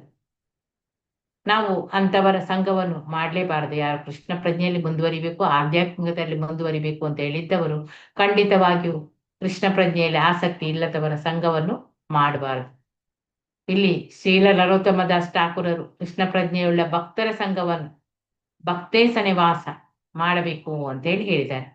ಯಾಕಂದ್ರೆ ಭಗವತ್ ಭಕ್ತರ ಸವಾಸದಲ್ಲಿ ಇದ್ದುಕೊಂಡ್ರೆ ನಾವು ಯಾವಾಗಲೂ ಭಗವಂತನ ಸೇವೆಯನ್ನು ಮಾಡಬೇಕು. ಸಮಾನವಾದ ವ್ಯವಹಾರದಲ್ಲಿ ತೊಡಗಿರುವವರ ಜೊತೆ ಸೇರುವುದು ಅವರ ವ್ಯವಹಾರಗಳಲ್ಲಿ ಮುಂದುವರಿಯಲು ತುಂಬಾ ಅನುಕೂಲವಾಗ್ತದೆ. ಈ ಲೌಕಿಕ ವ್ಯಕ್ತಿಗಳೆಲ್ಲ ವ್ಯವಹಾರ ಕುದುರಿಸ್ಲಿಕ್ಕೆ ಏನ್ ಮಾಡ್ತಾರೆ, ನಾನಾ ಬಗೆಯ ಸಂಘಗಳನ್ನು ಕಟ್ತಾರೆ. ಕ್ಲಬ್ಬು, ಬೇರೆ ಏನಾದ್ರು ಒಂದು ಕೆಲವರು ಡ್ಯಾನ್ಸ್ ಕ್ಲಬ್ಬು, ಆ ಕ್ಲಬ್ಬು, ಈ ಕ್ಲಬ್ಬು ಎಂತ, ಈಗ ಪುನಃ ಒಂದು ಎಂತ ಜಿಮ್ಮು ಗಿಮ್ಮು ಏನೆಲ್ಲ ಬಂದಿದೆ, ಅದಕ್ಕೆಲ್ಲ ಸೇರಿಕೊಳ್ತಾರೆ. ಉದಾಹರಣೆಗೆ ವಾಣಿಜ್ಯ ಜಗತ್ತಿನಲ್ಲಿ ನಾವು stock exchange chamber of commerce ಎಂಬ ಸಂಸ್ಥೆಗಳನ್ನು ನೋಡ್ತೇವೆ. ಅದೇ ರೀತಿ ಕೃಷ್ಣನನ್ನು ಮರೆತಿಲ್ಲದ ಜನರೊಡನೆ ಬೆರೆಯಲು ಜನರಿಗೆ ಒಂದು ಅವಕಾಶ ಕಲ್ಪಿಸಲಿಕ್ಕೆ ಇಲ್ಲಿ ಅಂತಾರಾಷ್ಟ್ರೀಯ ಕೃಷ್ಣ ಪ್ರಜ್ಞಾ ಸಂಘವನ್ನು ಸ್ಥಾಪಿಸಿದ್ದಾರೆ ಪ್ರಭುಪಾದರು. ಇಸ್ಕಾನ್ ಆಂದೋಲನದಿಂದ ಆರಂಭವಾದ ಈ ಆಧ್ಯಾತ್ಮಿಕ ಸಂಘದ ಸಂಖ್ಯೆ ದಿನ ದಿನಕ್ಕೆ ಹೆಚ್ಚುತ್ತಾ ಹೋಗ್ತದೆ. ಪ್ರಪಂಚದ ವಿವಿಧ ಭಾಗಗಳ ಜನರು ತಮ್ಮ ಸೂಕ್ತವಾದ ಆ ಕೃಷ್ಣ ಪ್ರಜ್ಞೆಯನ್ನು ಜಾಗೃತಿಗೊಳಿಸಲು ಈ ಸಂಘವನ್ನು ಸೇರ್ತಾ ಇದ್ದಾರೆ. ಅಲ್ಲಿ ಏನು ಜನಸಂಘ ಆಯ್ತು. ಇನ್ನು ನಿಯಮ ಅದನ್ನು ಹೇಳಿದೇನೋ ಇಲ್ಲವೋ ಗೊತ್ತು. ಇಲ್ಲಿ ನೋಡಿ, ಮಾನಸಿಕ ಊಹಾಪೋಹಗಳನ್ನು ಮಾಡುವವರು ವನತತ್ವ ಶಾಸ್ತ್ರಜ್ಞರು ಜ್ಞಾನ ಸಂಪಾದನೆಗಾಗಿ ಮಾಡುವ ಅತಿಯಾದ ಪ್ರಯತ್ನವು ಅತ್ಯಾಹಾರ, ಅವಶ್ಯಕತೆಗಿಂತ ನಮಗೆ ಹೆಚ್ಚಾಗಿ ಕೂಡಿ ಹಾಕುವುದು, ಇದು ವರ್ಗಕ್ಕೆ ಅತ್ಯಾಹಾರ ವರ್ಗಕ್ಕೆ ಅದು ಸೇರ್ತದೆ ಅಂತೇಳಿ ಭಕ್ತಿ ಸಿದ್ಧಾಂತ ಸರಸ್ವತಿ ಠಾಕೂರರು ತಮ್ಮ ಅನುವೃತ್ತಿ ಭಾಷೆಯಲ್ಲಿ ಅವರು ಹೇಳಿದ್ದಾರೆ. ಮಾನಸಿಕ ಊಹಾಪೋಹ ಮಾಡುವವರು ಮಾಯಾವಾದಿಗಳು ಅವರೆಲ್ಲ ಮತ್ತೆ ಈ ಕೆಲವರು ಇದ್ದಾರೆ ಹಣ ಸಂಪಾದನೆಗಾಗಿ ಮಾಡ್ತಾರೆ. ಇನ್ನು ಜ್ಞಾನ ಸಂಪಾದನೆಗಾಗಿ ಮಾಡುವ ಅತಿಯಾದ ಪ್ರಯತ್ನ ಅತ್ಯಾಹಾರ, ಹೆಚ್ಚಾಗಿ ಕೂಡಿಡುವುದು, ಇದೆಲ್ಲ ಅತ್ಯಾಹಾರ ಗುಂಪಿಗೆ ಸೇರಿದಂತಹವುಗಳು ಹೇಳಿ ಭಕ್ತಿ ಸಿದ್ಧಾಂತ ಸರಸ್ವತಿ ಠಾಕೂರರು ಹೇಳಿದರು. ಶ್ರೀಮದ್ ಭಾಗವತದ ಪ್ರಕಾರ ತಾತ್ವಿಕ ಊಹಾಪೋಹ ಮಾಡುವವರು ಕೃಷ್ಣ ಪ್ರಜ್ಞಾ ರಹಿತವಾದ ಶುಷ್ಕ ಆ ತತ್ವಶಾಸ್ತ್ರದ ಮೇಲೆ ಸಂಪುಟ ಕಟ್ಟಲೆ ಬರೆಯುವ ಆ ಸಾಹಿತ್ಯ ಏನಿದ್ರೂ ಕೂಡ ಅದು ವ್ಯರ್ಥ. ಆರ್ಥಿಕ ಬೆಳವಣಿಗೆ ಬಗೆಗೆ ಸಂಪುಟಗಳನ್ನು ಬರೆಯುವ ಕರ್ಮಿಗಳ ಕೆಲಸ ಕೂಡ ಆಹಾರ ವರ್ಗಕ್ಕೆ ಸೇರ್ತದೆ. ಕೃಷ್ಣ ಪ್ರಜ್ಞೆಯ ಅಪೇಕ್ಷೆಯೇ ಇಲ್ಲದೆ ಇನ್ನೂ ವೈಜ್ಞಾನಿಕ ಜ್ಞಾನದ ಮತ್ತು ಆರ್ಥಿಕ ಲಾಭದ ರೂಪದಲ್ಲಿ ಲೌಕಿಕ ವಸ್ತುಗಳನ್ನು ಸಂಪಾದಿಸುವುದರಲ್ಲಿ ಮಾತ್ರ ಆಸಕ್ತಿ ಇರುವವರನ್ನು ಅತ್ಯಾಹಾರ ವರ್ಗದಲ್ಲಿ ಕೂಡ ಸೇರಿಸಲಾಗಿದೆ. ಯಾರನ್ನೆಲ್ಲ ಅತ್ಯಾಹಾರ ವರ್ಗಕ್ಕೆ ಸೇರಿಸಿದ್ರು ಅಂತ ಗೊತ್ತಾಯ್ತು ಈಗ ನಿಮಗೆ. ಕೃಷ್ಣ ಪ್ರಜ್ಞೆಯ ಅಪೇಕ್ಷೆ ಇಲ್ಲದೆ ವೈಜ್ಞಾನಿಕ ಜ್ಞಾನದ ಆರ್ಥಿಕ ಲಾಭದ ರೂಪದಲ್ಲಿ ಲೌಕಿಕ ವಸ್ತುಗಳನ್ನು ಸಂಪಾದಿಸುವುದರಲ್ಲಿ ಆಸಕ್ತಿ ಇರುವವರನ್ನು ಎಲ್ಲ ಅತ್ಯಾಹಾರ ಆ ವರ್ಗಕ್ಕೆ ಸೇರಿಸಿದ್ದಾರೆ. ಕರ್ಮಿಗಳು ಮುಂದಿನ ತಲೆಮಾರಿನವರೆಗೆ ಹೆಚ್ಚು ಹೆಚ್ಚು ಹಣಗಳನ್ನು ಕೂಡಿಡ್ಲಿಕ್ಕೆ ಬಯಸುತ್ತೇವೆ. ಅವರಿಗೆ ಮುಂದೆ ತಮಗೆ ಏನಾಗುತ್ತದೆ ಎಂಬುದು ತಿಳಿಯದು. ಈಗ ತಮ್ಮ ಮಕ್ಕಳು ಮೊಮ್ಮಕ್ಕಳಿಗೆ ಹೆಚ್ಚೆಚ್ಚು ಹಣ ಕೂಡಿಡ್ಲು ಮಾತ್ರ ಆಸಕ್ತರಾದ್ರಿಂದ ಅಂತಹ ಮೂರ್ಖರಿಗೆ ಮುಂದಿನ ಜನ್ಮದಲ್ಲಿ ತಮ್ಮ ಕಥೆ ಏನಾಗ್ತದೆ ಎನ್ನುವುದೇ ಗೊತ್ತಿಲ್ಲ. ಇದನ್ನು ನಿರ್ದೇಶಿಸುವಂತಹ ಅನೇಕ ಘಟನೆಗಳು ಕೂಡ ಇದೆ. ಒಬ್ಬ ದೊಡ್ಡ ಕರ್ಮಿ, ಅವನು ತನ್ನ ಮಕ್ಕಳು ಮೊಮ್ಮಕ್ಕಳಿಗಾಗಿ ಭಾರಿ ಹಣವನ್ನು ಕೂಡಿಟ್ಟಿದ್ದಾನೆ.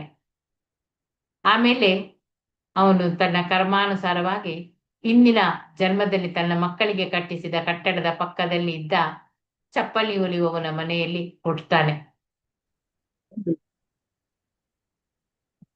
ಪ್ರಮೀಳ ಮಾತಾಜಿ ನಗು ಬಂತ. ಒಂದು ಸಲ ಈ ಮೋಚಿಯು ಏನ್ ಮಾಡ್ತಾರೆ, ತನ್ನ ಹಿಂದಿನ ಜನ್ಮದ ಮನೆಗೆ ಹೋದಾಗ ಅದು ಹೇಗೆ ಅವರಿಗೆ ನೆನಪು ಬಂತು? ನಮ್ಗೆಲ್ಲ ನೆನಪಿಲ್ಲ ಹಿಂದಿನ ಜನ್ಮದಲ್ಲಿ ಏನಾಗಿದೆ ಅಂತ ಹೇಳಿ ಅಲ್ಲವಾ? ಆದ್ರೆ ಇಲ್ಲಿ ಅವನಿಗೆ ನೆನಪು ಬರ್ತದೆ. ಹಿಂದಿನ ಜನ್ಮದ ಮಕ್ಕಳು ಮೊಮ್ಮಕ್ಕಳು ಅವನನ್ನು ಚಪ್ಪಲಿಯಿಂದಲೇ ಹೊಡೆದ್ರಂತೆ. ಅಯ್ಯೋ ಬೇರೆ. ಕರ್ಮಿಗಳು ಮತ್ತು ಜ್ಞಾನಿಗಳು ಕೃಷ್ಣ ಪ್ರಜ್ಞೆಯಲ್ಲಿ ಆಸಕ್ತರಾಗದೆ ಇದ್ರೆ ಅವರು ತಮ್ಮ ಬಾಲನ್ನು ಕೆಲಸಕ್ಕೆ ಬಾರದ ಚಟುವಟಿಕೆಗಳಲ್ಲಿ ವ್ಯರ್ಥ ಮಾಡಿಕೊಳ್ತಾರೆ. ಬೇಕಾ ನಮ್ಗೆ ಮೊಮ್ಮಕ್ಕಳಿಗೆ ಮಕ್ಕಳಿಗೆಲ್ಲ ಇಟ್ಟುಕೊಳ್ಳುವುದು? ಬೇಡ ಮಾತಾಜಿ, ಆದ್ರೂ ಮಾಡ್ತಾರಲ್ಲ ಮಾತಾಜಿ. ಸಾವಿರಾರು ಕೋಟಿ ಇದ್ರು ಸಾಲೋದಲ್ಲ ಮಾತಾಜಿ. ಉದಾಹರಣೆಗೆ ಡಿ ಕೆ ಶಿವಕುಮಾರ್, ಅನಿಲ್ ಅಂಬಾನಿ ಇವರೆಲ್ಲ ನೋಡ್ರಿ ಮಾತಾಜಿ, ಎಷ್ಟು ಸಾವಿರ ಕೋಟಿ ಇಟ್ಕೊಂಡವ್ರೆ ಅಂತ. ಬೇಡ ಪ್ರಭುಜಿ, ನಮ್ಗೆ ಅವರ ವಿಷಯವೇ ಬೇಡ. ಪ್ರಜಲ್ಪ. ಹಾ ಅದೇ ಹೌದು ಮಾತಾಜಿ. ಪ್ರಯೋಜನವಾದಿಗಳು ಹೇಳುವಂತೆ ಸದ್ಯ ಫಲಕ್ಕಾಗಿ ಶಾಸ್ತ್ರದ ಕೆಲವು ವಿಧಾನಗಳನ್ನು ಅನುಸರಣೆಯನ್ನು ಆಗ್ರಹ ಅಂತ ಹೇಳಿ ಕರೀತಾರೆ. ಇಲ್ಲಿ ನೋಡಿ, ನಿಯಮ ಆಗ್ರಹ ಅಂತ ಹೇಳಿದ್ರೆ ಪ್ರಯೋಜನವಾದಿಗಳು ಹೇಳುವಂತೆ ಸದ್ಯ ಆ ಫಲಕ್ಕಾಗಿ ಶಾಸ್ತ್ರದ ಕೆಲವು ವಿಧಾನಗಳ ಅನುಸರಣೆಯನ್ನು ನಿಯಮಾಗ್ರಹ ಅಂತ ಹೇಳಿ ಹೇಳ್ತೇವೆ. ಅದರಲ್ಲಿ ಕೂಡ ಎರಡು ಅರ್ಥಗಳಿವೆ. ಒಂದು, ಆಧ್ಯಾತ್ಮಿಕ ಪ್ರಗತಿಗಾಗಿ ಇರುವ ವಿಧಿಗಳನ್ನು ಅನುಸರಿಸದೆ ಅದನ್ನು ಅಲಕ್ಷಿಸುವುದನ್ನು ನಿಯಮಾಗ್ರಹ ಅಂತ ಹೇಳ್ತೇವೆ. ಇನ್ನೊಂದು ಆಗ್ರಹ ಅಂದ್ರೆ ಸ್ವೀಕರಿಸ್ಬೇಕು, ಅನುಸರಿಸಲಿಕ್ಕೆ ಅವರು ತವಕಿಸ್ತಾರೆ ಅಂತವರು ಆಗ್ರಹ, ನಿಯಮ ಆಗ್ರಹ. ಒಂದು ನಿಯಮ ಆಗ್ರಹ, ಇನ್ನೊಂದು ಆಗ್ರಹ. ಪಾಲಿಸದೇ ಇರುವುದು ಎಂದ ಅರ್ಥ. ಆಗ್ರಹ ಅಂದ್ರೆ ಪಾಲಿಸದೇ ಇರುವುದು. ನಿಯಮ ಎಂಬ ಪದದೊಡನೆ ಆಗ್ರಹ ಮತ್ತು ಆಗ್ರಹ ಎಂಬ ಎರಡೂ ಪದಗಳಲ್ಲಿ ಕೂಡ ನಿಯಮಾಗ್ರಹ ಅಂತ ಹೇಳಿ ಒಂದು ಪದ ಆಗಿದೆ. ಈಗ ನಿಯಮಾಗ್ರಹ ಎಂಬುದಕ್ಕೆ ಎರಡು ಅರ್ಥಗಳು, ಆಗ್ರಹ ಆಗ್ರಹ. ಒಂದು ಚಿಕ್ಕ, ಒಂದು ದೊಡ್ಡ. ಆಗ್ರಹ ಆಗ್ರಹ. ಆಗ್ರಹ ಯಾವುದು ಸೇರಿದೆ ಎನ್ನುವುದರ ಮೇಲೆ ನಿಯಮಾಗ್ರಹ ಎಂಬುದನ್ನು ಮಾಡಿಕೊಳ್ಬೇಕಾಗ್ತದೆ. ಈಗ ಒಬ್ರು ಕೃಷ್ಣ ಪ್ರಜ್ಞೆಯನ್ನು ಅನುಸರಿಸಲಿಕ್ಕೆ ರೆಡಿ ಇರ್ತಾರೆ, ಇನ್ನೊಬ್ಬರು ಅದನ್ನು ಅಲಕ್ಷಿಸ್ತಾರೆ. ಅಂತೆ ಆಗ್ರಹ ಆಗ್ರಹ. ಕೃಷ್ಣ ಪ್ರಜ್ಞಾ ಆಸಕ್ತರು ಆರ್ಥಿಕ ಮುನ್ನಡೆಯ ವಿಧಿಗಳನ್ನು ಅನುಸರಿಸಲು ಉತ್ಸುಕರಾಗಿ ಇರುವುದಿಲ್ಲ, ಇರಬಾರ್ದು. ಕೃಷ್ಣ ಪ್ರಜ್ಞೆಯಲ್ಲಿ ಏನು ಮುಂದುವರಿಬೇಕು, ಬೇಕಾದ ವಿಧಿವಿಧಾನಗಳನ್ನು ಕಡು ನಿಯಮದಿಂದ ಅವರು ಪಾಲಿಸಬೇಕು. ಆದರ, ಮಾಂಸಭಕ್ಷಣ, ಜೂಜು, ಮದ್ಯಪಾನಗಳನ್ನೆಲ್ಲ ಅವರು ಕಟ್ಟುನಿಟ್ಟಾಗಿ ವರ್ಜಿಸಬೇಕು ಅಂತ ಹೇಳಿ. ಈಗ ಮಾಯಾವಾದಿಗಳ ಸಹವಾಸವನ್ನು ಕೂಡ ಮಾಡಬಾರದು. ಅವರು ಸುಮ್ಮನೆ ಆ ಭಕ್ತರನ್ನು, ವೈಷ್ಣವರನ್ನೆಲ್ಲ ದೂರ್ತಾರೆ. ಮುಕ್ತಿಕಾಮಿಗಳನ್ನು ಅಂದ್ರೆ ಐಕ ಸೌಖ್ಯದಲ್ಲಿ ಅವರು ಆಸಕ್ತರು. ಮುಕ್ತಿಕಾಮಿಗಳಂದ್ರೆ ನಿರಾಕಾರ ಬ್ರಹ್ಮನಲ್ಲಿ ಒಂದಾಗಿ ಮುಕ್ತಿಯನ್ನು ಬಯಸುವವರು. ಹಾಗೆ ಸಿದ್ಧಿಕಾಮಿಗಳು ಇದ್ದಾರೆ, ಅವರು ಹಠ ಯೋಗ ಅಭ್ಯಾಸಗಳು ನೋಡಿ, ಇನಿಮ ಎಲ್ಲ ಇರ್ತದಲ್ಲ, ಅಂಥದ್ದೆಲ್ಲ ಮಾಡುವುದು. ಚಿಕ್ಕದ್ರಲ್ಲಿ ಚಿಕ್ಕದಾಗೋದು, ದೊಡ್ಡದ್ರಲ್ಲಿ ದೊಡ್ಡದಾಗೋದು, ಅಂಥದ್ರಲ್ಲಿ. ಅತ್ಯಾಹಾರಿಗಳ ವರ್ಗಕ್ಕೆ ಅವರನ್ನು ಸೇರಿಸಲಾಗಿದೆ. ಅಂತವರ ಸವಾಸ ಮಾಡುವುದು ಕೂಡ ಖಂಡಿತ ಅಪೇಕ್ಷಣೀಯವಲ್ಲ. ಇದು ಗೊತ್ತಾಯ್ತಲ್ಲ, ಮುಕ್ತಿಕಾಮಿ ಸಿದ್ಧಿಕಾಮಿ. ಮತ್ತಜಿ ಅಪೇಕ್ಷಣೀಯವಲ್ಲ ಅಂದ್ರೆ ಏನದ ಅರ್ಥ? ಸರಿಯಲ್ಲ. ಸರಿಯಲ್ಲ. ನಾವು ಸವಾಸ ಮಾಡಬಾರ್ದು, ಅತ್ಯಾದಿ ಆಗ್ಬಾರ್ದು. ಹಠಯೋಗ ಸಿದ್ಧಿ ಪಡೆದು ಮನಸ್ಸನ್ನು ವಿಸ್ತರಿಸುವ ಬಯಕೆಯನ್ನು, ಬ್ರಹ್ಮನಲ್ಲಿ ಲೀನವಾಗುವ ಬಯಕೆಯನ್ನು ಅಥವಾ ಮನಸ್ಸೋ ಇಚ್ಛೆ ಐಹಿಕ ಸಂಪತ್ತನ್ನು ಪಡೆಯುವುದನ್ನು ಲೌಲ್ಯ ಅಥವಾ ಲೋಭ ಅಂತ ಹೇಳಿ ಎಂಬ ವರ್ಗಕ್ಕೆ ಸೇರಿಸಲಾಗಿದೆ. ಇದು 6ನೇದು, ಲೌಲ್ಯ. ಅಂತಹ ಐಹಿಕ ಲಾಭಗಳನ್ನು ಗಳಿಸಲು ಮಾಡುವ ಅಥವಾ ಇಲ್ಲವೇ ಆಧ್ಯಾತ್ಮಿಕ ಸಾಧನೆ ಎಂಬ ಹೆಸರಿನಲ್ಲಿ ಮಾಡುವ ಎಲ್ಲಾ ಪ್ರಯತ್ನಗಳು ಕೂಡ ಕೃಷ್ಣ ಪ್ರಜ್ಞೆಯ ಆದಿಯಲ್ಲಿ ಅಡ್ಡಿಗಳು. ಇದೆಲ್ಲ ಹಠಯೋಗ ಸಿದ್ಧಿ ಪಡೆದು ಯಾರನ್ನ ಮಾಡ್ತಾರೆ ನೋಡಿ, ಮನಸ್ಸನ್ನು ವಿಸ್ತರಿಸ್ತಾ ಬಯಕೆ, ಬ್ರಹ್ಮನಲ್ಲಿ ಲೀನ ಆಗುವುದು, ಅವರಿಗೆ ಮನಸ್ಸೋ ಇಚ್ಛೆ ಐಹಿಕ ಸಂಪತ್ತನ್ನು ಪಡೆಯುವಂತಹ ಲೋಭ ಕಾಮ ಅಂಥದ್ದೆಲ್ಲ ಇದೆ. ಅಂತಹ ವರ್ಗದಲ್ಲಿ ಅವರು ಸೇರಿಸ್ತಾರೆ. ಐಹಿಕ ಲಾಭಗಳನ್ನು ಗಳಿಸಲಿಕ್ಕೆ ಅವರು ಆಧ್ಯಾತ್ಮಿಕ ಸಾಧನೆ ಎಂಬ ಹೆಸರಿನಲ್ಲಿ ಎಲ್ಲಾ ಪ್ರಯತ್ನಗಳನ್ನು ಮಾಡ್ತಾರೆ. ಆದ್ರೆ ಕೃಷ್ಣ ಪ್ರಜ್ಞೆಯ ಹಾದಿಯಲ್ಲಿ ಇಂಥದ್ದೆಲ್ಲ ಅಡ್ಡಿ. ಇದೆಲ್ಲ ಅಡ್ಡಿಗಳು ನಮ್ಗೆ ಕೃಷ್ಣ ಪ್ರಜ್ಞೆ ಹಾದಿಯಲ್ಲಿ. ಬಂಡವಾಳವಾದಿಗಳು, ಕಮ್ಯುನಿಸ್ಟ್ಗಳಿಗೂ ಕೂಡ ಇದು ನಡೆಯುತ್ತಿರುವ ಯುದ್ಧಕ್ಕೆ ಕಾರಣವೆಂದ್ರೆ ಆಹಾರದ ಬಗೆಗೆ ಶ್ರೀಲ ರೂಪ ಗೋಸ್ವಾಮಿಯವರು ಉಪದೇಶವನ್ನು ಪಾಲಿಸದೆ ಇರುವಂಥದ್ದು. ಏನು ಅತ್ಯಾಹಾರದ ಬಗ್ಗೆ ಅಂತೇಳಿ ಗೊತ್ತಾಯ್ತು. ಅತಿಯಾಗಿ ದುಡಿಯುವುದು, ಅತಿಯಾಗಿ ಕೂಡಿಡುವುದು, ತಿನ್ನುವುದು ಅತಿಯಾಗಿ. ಆಧುನಿಕ ಬಂಡವಾಳವಾದಿಗಳು ಅವಶ್ಯಕತೆಗಿಂತ ಹೆಚ್ಚು ಸಂಪತ್ತನ್ನು ಸಂಗ್ರಹಿಸ್ತಾರೆ. ಕಮ್ಯುನಿಸ್ಟ್ಗಳು ಅವರು ಆಸ್ತಿಪಾಸ್ತಿಯ ಬಗೆಗೆ ಹೊಟ್ಟೆ ಕಿಚ್ಚು ಪಟ್ಟುಕೊಳ್ತಾರೆ. ಎಲ್ಲ ಸಂಪತ್ತು ಆಸ್ತಿಪಾಸ್ತಿಗಳನ್ನು ರಾಷ್ಟ್ರೀಕರಿಸ ಬಯಸ್ತಾರೆ. ದುರಾದೃಷ್ಟವಶಾತ್ ಕಮ್ಯುನಿಸ್ಟ್ಗಳು ನೋಡಿ ಅಲ್ಲಿ ರಾಷ್ಟ್ರೀಕರಿಸ ಬಯಸ್ತಾರೆ. ಎಲ್ಲ ಸಂಪತ್ತು ಆಸ್ತಿಪಾಸ್ತಿಗಳನ್ನು ಹೊಟ್ಟೆ ಕಿಚ್ಚು ಪಟ್ಟುಕೊಳ್ತಾರೆ. ಇಲ್ಲಿ ದುರಾದೃಷ್ಟದ ಸಂಗತಿ ಅಂದ್ರೆ ಕಮ್ಯುನಿಸ್ಟರಿಗೂ ಸಂಪತ್ತಿನ ಮತ್ತು ಅದರ ಹಂಚಿಕೆಯ ಸಮಸ್ಯೆಯನ್ನು ಹೇಗೆ ಪರಿಹರಿಸಬೇಕು ಅಂತೇಳಿ ಗೊತ್ತಿಲ್ಲ. ಆದ್ರಿಂದ ಬಂಡವಾಳಗಾರರ ಸಂಪತ್ತು ಕಮ್ಯುನಿಸ್ಟ್ಗಳ ಕೈಗೆ ಬಂದಾಗ ಪರಿಹಾರ ಕೂಡ ಆಗುವುದಿಲ್ಲ.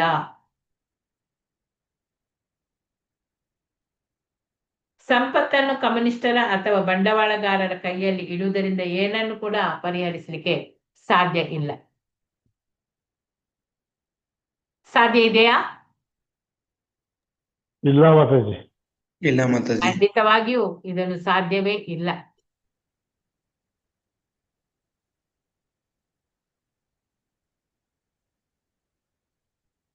₹100 ನೋಟು ಬೀದಿಯಲ್ಲಿ ಬಿದ್ದಿದ್ರೆ ಒಬ್ಬನು ತೆಗೆದು ಜೇಬಿಗೆ ಹಾಕ್ತಾನೆ. ಹಾಗೆ ಜೇಬಿಗೆ ಬಿಡುವವನು ಪ್ರಾಮಾಣಿಕನು ಅಲ್ಲ. ಇನ್ನೊಬ್ಬನು ಆ ಹಣವನ್ನು ನೋಡ್ತಾನೆ, ಬೇರೆಯವರ ಸೊತ್ತು ತಾನು ಮುಟ್ಟಬಾರದು ಅಂತೇಳಿ ಅದನ್ನು ಅವನ ಹಾಗೆ ಆಲೋಚಿಸ್ತಾನೆ. ಆ ನೋಟನ್ನು ಅಲ್ಲೇ ಬಿದ್ದಿರ್ಲಿ ಅಂತೇಳಿ ಎದ್ದುಕೊಂಡು ಬಿಟ್ಟು ಬಿಡ್ಬಹುದು. ಈ ಎರಡನೆಯವನು ತನಗಾಗಿ ಹಣವನ್ನು ಕದಿಯದಿದ್ರು ಅವನಿಗೆ ಅದನ್ನು ಸದುಪಯೋಗ ಪಡಿಸಿಕೊಳ್ಳುವ ವಿಧಾನ ಗೊತ್ತಿರ್ಲಿಲ್ಲ ಅಲ್ಲವಾ? ಏನು ಕೊಟ್ಟಿದ್ದಾರೆ ನೋಡಿ, ಈ ₹100 ನೋಟನ್ನು ನೋಡುವ ಮೂರನೆಯವನು ಏನ್ ಮಾಡ್ತಾನೆ, ಅದನ್ನು ತೆಗೆದುಕೊಂಡು ದುಡ್ಡು ಕಳೆದುಕೊಂಡವನನ್ನು ಪತ್ತೆ ಮಾಡ್ತಾನೆ, ಅವನಿಗೆ ಕೊಡ್ಬೋದು ಅಂತೇಳಿ. ಈತನು ತಾನು ಖರ್ಚು ಮಾಡುವ ಸಲುವಾಗಿ ಆ ಹಣವನ್ನು ಕದಿಯುವುದಿಲ್ಲ. ತನಗೇನಾಗ್ಬೇಕು ಅದನ್ನು ಅಲಕ್ಷಿಸಿ ಅದನ್ನು ಬೀದಿಯಲ್ಲಿ ಬಿಟ್ಟು ಬಿಡುವುದು ಕೂಡ ಇಲ್ಲ. ಅದನ್ನು ತೆಗೆದುಕೊಂಡು ಅದನ್ನು ಯಾರು ಕಳೆದುಕೊಂಡಿದ್ದಾನೆ ಅವನಿಗೆ ಕೊಡುವುದರಿಂದ ಈತ ಪ್ರಾಮಾಣಿಕವಾದ ಬುದ್ಧಿವಂತನು. ನಾವೇನ್ ಮಾಡ್ತೇವೆ, ₹100 ಸಿಕ್ಕಿದ್ರೆ ಖುಷಿಯಲ್ಲಿ ಇರ್ತೇವೆ. ಅದೇ ₹100 ನಮ್ಮಿಂದ ಕಳೆದು ಹೋದ್ರೆ ಮುಖ ಎಲ್ಲ ಬಾಡಿ ಹೋಗಿರ್ತದೆ, ದುಃಖ ಆಗ್ಬಿಡುತ್ತೆ. ಹೌದು, ದುಃಖ ಆಗ್ತದೆ, ಬಾಡಿ ಹೋಗ್ತದೆ. ಅಯ್ಯೋ ₹100 ಹೋಯ್ತಲ್ಲ. ಸಂಪತ್ತನ್ನು ಬಂಡವಾಳಗಾರರಿಂದ ಕಸಿದು ಕಮ್ಯುನಿಸ್ಟರಿಗೆ ವರ್ಗಾಯಿಸುವುದರಿಂದ ಮಾತ್ರವೇ ಈಗಿನ ರಾಜಕೀಯ ಸಮಸ್ಯೆ ಪರಿಹಾರವಾಗುವುದಿಲ್ಲ. ಏಕೆಂದ್ರೆ ಕಮ್ಯುನಿಸ್ಟನಿಗೂ ಕೂಡ ಹಣ ಸಿಕ್ಕಿದ್ರೆ ಅವನು ತನ್ನ ಇಂದ್ರಿಯ ಸುಖಕ್ಕೆ ಅದನ್ನು ಬಳಸ್ತಾನೆ. ಜಗತ್ತಿನ ಸಂಪತ್ತು ವಾಸ್ತವವಾಗಿ ಎಲ್ಲವೂ ಕೃಷ್ಣನಿಗೆ ಸೇರಿದ್ದು. ಯಾರ್ದು ನಿಮ್ಮದಾದ್ರು ಇದೆಯಾ, ನನ್ನದು ಇದೆಯಾ? ಇಲ್ಲ, ಎಲ್ಲ ಕೂಡ ಕೃಷ್ಣನಿದೆ. ಆದ್ರೆ ಪ್ರತಿಯೊಬ್ಬ ಜೀವಿ, ಮಾನವನಾಗ್ಲಿ ಪ್ರಾಣಿಯಾಗ್ಲಿ, ಭಗವಂತನ ಆಸ್ತಿಯನ್ನು ನಮ್ಮ ಜೀವನ ಉಪಯೋಗಕ್ಕೆ ಬಳಸುವ ಹಕ್ಕನ್ನು ಹುಟ್ಟುತ್ತಲೇ ಪಡೆದಿದ್ದಾನೆ. ಒಬ್ಬನು ಬಂಡವಾಳಗಾರನಾಗಿರ್ಲಿ ಅಥವಾ ಕಮ್ಯುನಿಸ್ಟನೇ ಆಗಿರ್ಲಿ ಅಥವಾ ಜೀವನ ಉಪಯೋಗಕ್ಕೆ ಅಗತ್ಯವಾದುದಕ್ಕಿಂತ ಹೆಚ್ಚಿಗೆ ತೆಗೆದುಕೊಂಡ್ರೆ ಅವನು ಕಳ್ಳನು. ಈಗ ಅವನ ಪ್ರಕೃತಿ ನಿಯಮಗಳ ಪ್ರಕಾರ ಅವನು ಕೂಡ ಶಿಕ್ಷಾರ್ಹನಾಗುತ್ತಾನೆ. ಇದು ಅರ್ಥ ಆಯ್ತಾ? ನಮ್ಗೆ ಎಷ್ಟು ಬೇಕು ಅಷ್ಟೇ ಉಪಯೋಗಿಸ್ಬೇಕು. ಅದಕ್ಕಿಂತ ಹೆಚ್ಚು ತೆಗೆದುಕೊಂಡ್ರೆ ನಾವು ಕೂಡ ಕಳ್ರೆ. ಯಾಕೆಂದ್ರೆ ಇದು ಪ್ರಕೃತಿ, ಈ ನಿಯಮ, ಇದೆಲ್ಲ ಏನು ಭೌತಿಕದಲ್ಲಿ ನಮ್ಗೆ ಯಾವುದೇ ಒಂದು ವಸ್ತುವನ್ನು ಕೊಡ್ಬೇಕಾದ್ರೂ ಅದು ಭಗವಂತನಿಂದಲೇ ಆದದ್ದು. ಭಗವಂತನ ಆಸ್ತಿ ನಾವು ಕದ್ದಿದ್ದೇವೆ. ನಮ್ಗೆ ಬಳಸುವ ಹಕ್ಕು ಕೊಟ್ಟಿದ್ದಾನೆ ಭಗವಂತ. ಎಷ್ಟು ಬೇಕು ಅಷ್ಟನ್ನೇ ಬಳಸ್ಬೇಕು. ನಮ್ಗೆ ಇಲ್ಲಿ ಕೂಡಿ ಇಡುವಂಥದ್ದು ಅಲ್ಲ ಅಂತೇಳಿ ಇದರಲ್ಲಿ ಇದೆ ಅಲ್ಲವಾ? ಹೌದು ಮಾತಾಜಿ. ಮಾತಾಜಿ. ಅಯ್ಯೋ ನಾವು ಇಷ್ಟು ಮಾಡಿಟ್ಟಿದ್ದೇವಲ್ಲ, ಏನು ಮಾಡುದು ಅಂತೇಳಿ ಒಬ್ಬರಿಗೆ ಚಿಂತೆ ಆಗ್ತಾ ಉಂಟಾ ಅಂತ. ಜಗತ್ತಿನ ಸಂಪತ್ತನ್ನು ಎಲ್ಲಾ ಜೀವಿಗಳ ಯೋಗಕ್ಷೇಮಕ್ಕಾಗಿ ನಾವು ಬಳಸ್ಬೇಕು. ನೋಡಿ, ಎಲ್ಲಾ ಜೀವಿಗಳ ಯೋಗಕ್ಷೇಮ, ನಾವು ಮನುಷ್ಯರಿಗೆ ಮಾತ್ರ ಅಲ್ಲ, ಎಲ್ಲಾ ಜೀವಿಗಳ ಯೋಗಕ್ಷೇಮಕ್ಕಾಗಿ ಈ ಜಗತ್ತಿನಲ್ಲಿರುವ ಸಂಪತ್ತನ್ನು ನಾವು ಬಳಸ್ಬೇಕು. ಯಾಕೆಂದ್ರೆ ಅದು ಪ್ರಕೃತಿ ಮಾತೆಯ ಯೋಜನೆ. ಅದು ಭಗವಂತನ ಆ ಸಂಪತ್ತನ್ನು ಬಳಸಿಕೊಂಡು ಬದುಕಲು ಪ್ರತಿಯೊಬ್ಬನಿಗೂ ಕೂಡ ಹಕ್ಕಿದೆ. ಜನರು ಭಗವಂತನ ಆಸ್ತಿಯನ್ನು ವೈಜ್ಞಾನಿಕವಾಗಿ ಬಳಸುವ ಕಲೆಯನ್ನು ತಿಳಿದಾಗ ಒಬ್ಬರು ಇನ್ನೊಬ್ಬರ ಹಕ್ಕುಗಳನ್ನು ಅತಿಕ್ರಮಿಸುವುದಿಲ್ಲ. ಆದರ್ಶ ಸಮಾಜವನ್ನು ಸ್ಥಾಪಿಸಬಹುದು. ಈಶೋಪನಿಷತ್ತಿನ ಮೊದಲನೇ ಮಂತ್ರದಲ್ಲಿ ಹೇಳಿದ್ದಾರೆ ಅಲ್ಲವಾ? ಈಶಾವಾಸ್ಯಮಿದಂ ಸರ್ವಂ ಯತ ಯಂತ್ ಕಿಚ್ಚ ಜಗತ್ಯಂ ಜಗತ್ತೇನ ವ್ಯಕ್ತೇನ ಭುಂಜಿತ ಮಾಗ್ರದ ಕಶ್ಯ ಸ್ವಿದ್ಧನಂ ಅಂತೇಳಿ. ಈ ಪ್ರಪಂಚದೊಳಗಿನ ಪ್ರತಿಯೊಂದು ಚೇತನ ಅಚೇತನ ವಸ್ತುವಿಗೆ ಭಗವಂತನೇ ನಿಯಂತ್ರಕ, ಒಡೆಯ. ಪ್ರತಿಯೊಬ್ಬನು ತನ್ನ ಭಾಗದ ಅಗತ್ಯ ವಸ್ತುಗಳನ್ನು ಮಾತ್ರ ಸ್ವೀಕರಿಸಬೇಕು ಅಂತೇಳಿ ಈಶೋಪನಿಷತ್ತೇ ಹೇಳಿದ್ರು. ಬೇರೆಯವರಿಗೆ ಸೇರಿದನ್ನು ಚೆನ್ನಾಗಿ ತಿಳಿದು ಇತರರ ವಸ್ತು ಅಂತೇಳಿ ಅದನ್ನು ನಾವು ಸ್ವೀಕರಿಸಬಾರ್ದು.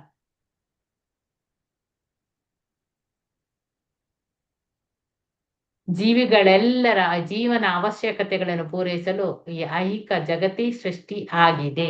ಭಗವಂತ ಇದನ್ನೆಲ್ಲ ಸೃಷ್ಟಿ ಮಾಡಿದಾನೆ. ಒಬ್ಬರು ಇನ್ನೊಬ್ಬರ ಪ್ರಾಣ ಮತ್ತೆ ಯಾವುದೇ ಹಕ್ಕುಗಳಿಗೆ ಧಕ್ಕೆಯನ್ನು ತರಬಾರದು ಅಂತ ಹೇಳ್ತಾರೆ, ತೊಂದರೆ ಕೊಡಬಾರ್ದು. ಕೃಷ್ಣ ಪ್ರಜ್ಞೆಯುಳ್ಳ ಭಕ್ತರಿಗೆ ಇದೆಲ್ಲ ಸರಿಯಾಗಿ ಗೊತ್ತು. ಆದರ್ಶ ವ್ಯವಸ್ಥೆಯಿಂದ ಪ್ರತಿಯೊಬ್ಬರಿಗೂ ಅವರವರ ಅವಶ್ಯಕತೆಗೆ ತಕ್ಕಂತೆ ಸಂಪತ್ತು ಖಂಡಿತ ದೊರಕುತ್ತದೆ. ಹೀಗಾಗಿ ಪ್ರತಿಯೊಬ್ಬರು ಸರಳ ಜೀವನ ಮಾಡಬೇಕು. ಉನ್ನತ ಚಿಂತನ ಎಂಬ ತತ್ವದಂತೆ ಶಾಂತವಾದ ಜೀವನವನ್ನು ನಡೆಸಬೇಕು. ದುರದೃಷ್ಟವಶಾತ್ ದೇವರ ಯೋಜನೆಯಲ್ಲಿ ನಂಬಿಕೆ ಆಗ್ಲಿ ಇಲ್ಲ, ಉನ್ನತ ಆಧ್ಯಾತ್ಮಿಕ ಸಾಧನೆಯ ಬಯಕೆ ಆಗ್ಲಿ ಇಲ್ಲದ ಲೌಕಿಕ ವ್ಯಕ್ತಿಗಳು ತಮ್ಮ ಐಹಿಕ ಸಂಪತ್ತನ್ನು ಹೆಚ್ಚಿಸಿಕೊಳ್ಳಲು ತಮ್ಮ ದೈವದತ್ತವಾದ ಬುದ್ಧಿಯನ್ನು ದುರುಪಯೋಗ ಪಡಿಸಿಕೊಳ್ತಾರೆ. ಐಹಿಕ ಸ್ಥಾನಮಾನವನ್ನು ಏರಿಸಿಕೊಳ್ಳಲು ಬಂಡವಾಳಶಾಹಿ, ಇಂದ್ರಿಯ ಸೌಖ್ಯದ ಕಮ್ಯುನಿಸಂ ಮೊದಲಾದ ಅನೇಕ ವ್ಯವಸ್ಥೆಗಳನ್ನು ಅವರು ಯೋಚಿಸ್ತಾರೆ. ಅವರಿಗೆ ದೈವ ಶಾಸನಗಳ ಬಗೆಗಾಗ್ಲಿ ಉತ್ತಮ ಧ್ಯೇಯದ ಬಗೆಗಾಗ್ಲಿ ಆಸಕ್ತಿ ಎಂಬುದು ಇರುವುದಿಲ್ಲ. ತಮ್ಮ ಕೊನೆಯೇ ಇಲ್ಲದ ಇಂದ್ರಿಯ ಸುಖದ ಆಸೆಗಳನ್ನು ಪೂರೈಸಿಕೊಳ್ಳಲು ತಹತಹ ಪಡುತ್ತಾ ಅವರು ತಮ್ಮ ಜೊತೆಯಲ್ಲಿರುವ ಜೀವಿಗಳನ್ನು ಶೋಷಿಸುವುದರಲ್ಲೇ ನಿಸೀಬರಾಗಿರ್ತಾರೆ ಅಂತೇಳಿ ಎದ್ದು ಕಾಣ್ತದೆ. ಇಲ್ಲಿ ಮಾನವ ಸಮಾಜ, ಅದು ಶೀಲರೂಪ ಗೋಸ್ವಾಮಿ ಅವರು ಹೇಳಿರುವ ಅತ್ಯಾಹಾರವೇ ಮೂಲಭೂತ ದೋಷಗಳನ್ನು ತೊರೆದಾಗ ಮಾನವರು ಮತ್ತು ಪ್ರಾಣಿಗಳ ನಡುವೆ, ಬಂಡವಾಳಗಾರರು ಮತ್ತು ಕಮ್ಯುನಿಸ್ಟರ ನಡುವೆ ಎಲ್ಲಾ ದೇಶ ಅದೆಲ್ಲ ತೊಳಗೆ ಹೋಗ್ತದೆ. ಅಲ್ಲದೆ ಆರ್ಥಿಕ ಮತ್ತು ರಾಜಕೀಯ ಅವ್ಯವಸ್ಥೆ ಮತ್ತು ಅಸ್ಥಿರತೆಗಳ ಎಲ್ಲಾ ಸಮಸ್ಯೆಗಳು ಕೂಡ ಇಲ್ಲಿ ಪರಿಹಾರ ಆಗ್ತದೆ. ಈ ಕೃಷ್ಣ ಪ್ರಜ್ಞಾ ಆಂದೋಲನ ಅದು ವೈಜ್ಞಾನಿಕವಾಗಿ ನೀಡಿರುವ ಶುದ್ಧ ಆಧ್ಯಾತ್ಮಿಕ ಶಿಕ್ಷಣ ಮತ್ತು ಅನುಷ್ಠಾನಗಳಿಂದ ಇಂತಹ ಪರಿಶುದ್ಧವಾದ ಪ್ರಜ್ಞೆಯು ಜಾಗೃತವಾಗ್ತದೆ. ಈ ಕೃಷ್ಣ ಪ್ರಜ್ಞಾ ಆಂದೋಲನ ಜಗತ್ತಿನಲ್ಲಿ ಶಾಂತಿಯನ್ನು ತರಲಿಕ್ಕೆ ಆಧ್ಯಾತ್ಮಿಕ ಸಮಾಜವನ್ನದು ಕೊಡ್ತದೆ. ಇದನ್ನು ಪ್ರತಿಯೊಬ್ಬ ಬುದ್ಧಿವಂತನು ತನ್ನ ಪ್ರಜ್ಞೆಯನ್ನು ಶುದ್ಧೀಕರಿಸಿಕೊಳ್ಬೇಕು. ಕೃಷ್ಣ ಪ್ರಜ್ಞಾ ಆಂದೋಲನದ ಆಶ್ರಯವನ್ನು ಪಡಿಬೇಕು. ಭಕ್ತಿ ಸೇವಾ ಪದ್ಧತಿಯಲ್ಲಿ ಒದಗುವ 6 ಬಗೆಯ ಅಡ್ಡಿಗಳಿಂದ ಬಿಡುಗಡೆ ಹೊಂದಬೇಕು. 6 ಬಗೆಯ ಅಡ್ಡಿಗಳು ಯಾವುದೆಲ್ಲ? ಹರೇ ಕೃಷ್ಣ. 6 ಬಗೆಯ ಅಡ್ಡಿಗಳು ಯಾವುದೆಲ್ಲ? 1, ಅತಿಯಾಗಿ ತಿನ್ನುವಂಥದ್ದು, ಸಂಗ್ರಹಿಸಿಡುವುದು, ಆಮೇಲೆ ಶೇಖರಣೆ. ಇನ್ನೊಂದು ಅತಿಯಾದ ಪ್ರಯಾಸ, ಅಂದ್ರೆ ಪ್ರಯಾಸ ಅಂತ ಹೇಳಿದ್ರೆ ಪ್ರಯತ್ನ, ರಾತ್ರಿ ಹಗಲು ಬೇಕಾದ್ರೂ ದುಡಿತಾರೆ. ಮತ್ತೆ ಇನ್ನು ಪ್ರಜಲ್ಪ ಅಂದ್ರೆ ಬೇಡದ ಮಾತುಗಳು, ಬೇರೆಯವರ ವಿಷಯದಲ್ಲೆಲ್ಲ ಅಸೂಯೆ ಮಾಡುದು, ಅನಗತ್ಯ ವಿಷಯಗಳ ಚರ್ಚೆ ಮಾಡುದು, ಮತ್ತೆ ಕೆಲವರಿಗೆ ಇದೆ ಬೇರೆಯವರ ವಿಷಯವೇ ಮಾತನಾಡುವುದು, ಕಪ್ಪೆ ವಟಗುಟ್ಟಿದಾಗಿ ಅತಿಯಾಗಿ ದೇವರಿಲ್ಲದ ಆ ಪ್ರಜಲ್ಪವನ್ನು ಮಾತ್ರ. ಅನುಪಯುಕ್ತವಾದ ಬೇಕಾದ ಮಾತು ಅಲ್ಲ, ವಾದಗಳು, ಗಾಸಿಪ್ಪು ಮಾಡುದು, ಚರ್ಚೆ, ಇತರರ ದೋಷಗಳನ್ನು ಕಂಡುಹಿಡಿಯುವುದು, ಸುಳ್ಳುಗಳನ್ನು ಹೇಳುವುದು, ಭಕ್ತರನ್ನು ನಿಂದಿಸುವುದು, ಇದನ್ನೆಲ್ಲ ಮಾಡುದು. ಅತಿಯಾದ ಪ್ರಯತ್ನದಲ್ಲಿ ಗುಲಾಮರಂತೆ ಕೆಲಸ ಮಾಡುದು, ದುರ್ಬಲಕ್ಕೆ. ಇನ್ನು ಜನಸಂಘ ಅಂದ್ರೆ ಭೌತಿಕ ಸಂಘ ನಾವು ಮಾಡುವಂಥದ್ದು, ಅದು ಅಭಕ್ತರ ಸಂಘ. ಅಲ್ಲಿ ಇಂದ್ರಿಯ ತೃಪ್ತಿಗೋಸ್ಕರ ಅವರು ರಾತ್ರಿ ಹಗಲು ದುಡಿಯುವಂತಹ ಅವರ ಸಂಘ. ಅಂಥದ್ರಲ್ಲೇ ಎಲ್ಲ ಇರ್ತಾರೆ.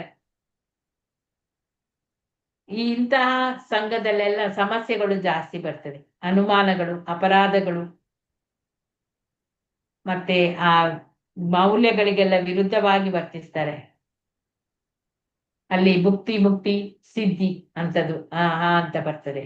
ಮತ್ತೆ ಇನ್ನು ನಿಯಮ ಆಗ್ರಹ ಮತ್ತೆ ಆಗ್ರಹ ಎಂಬ ಎರಡು ವಿಧ. ಆಗ್ರಹ ಅಂತ ಹೇಳಿದ್ರೆ ಸ್ವೀಕರಿಸಲಿಕ್ಕೆ ಕೃಷ್ಣ ಪ್ರಜ್ಞೆಯನ್ನು ಸ್ವೀಕರಿಸುವಂತಹ ಮನಸ್ಸುಳ್ಳವರು. ಇನ್ನು ಆಗ್ರಹ ಅಂತ ಹೇಳಿದ್ರೆ ಒಪ್ಪಿಕೊಳ್ಳಲಿಕ್ಕೆ ಅವರು ವಿಫಲತೆಯನ್ನು, ಕೃಷ್ಣ ಅಂತ ಹೇಳಿದ್ರೆ ಕೂಡ ಒಪ್ಪಿಕೊಳ್ಳುವುದಿಲ್ಲ. ಅಂದ್ರೆ ಮುಖ್ಯ ನಿಯಮ ಏನಂತ ಹೇಳಿದ್ರೆ ಕೃಷ್ಣನನ್ನು ನಾವು ಸ್ಮರಿಸಿಕೊಳ್ಬೇಕು. ಸರಿಯಾದ ಅಪಾಯ ಇದೆ ಇಲ್ಲಿ. ಸರಿಯಾದ ತಿಳುವಳಿಕೆಯನ್ನು ನಾವು ಪಡಿಬೇಕು, ತಿಳುವಳಿಕೆಯನ್ನು ಪಡೆದು ಅನುಸರಿಸಬೇಕು. ಉದಾಹರಣೆಗೆ ನಾವು ಪ್ರಸಾದ ತಕೊಳ್ತೇವೆ ಅಲ್ಲವಾ, ಹೇಗೆ ಎಷ್ಟು ಬೇಕು ಅಷ್ಟೇ, ಲೆಕ್ಕಕ್ಕಿಂತ ಜಾಸ್ತಿ ಪ್ರಸಾದ ತಕೊಳ್ತೇವಾ? ಇಲ್ಲ. ಇಲ್ಲ. ಇಲ್ಲ ಮಾತಾಜಿ.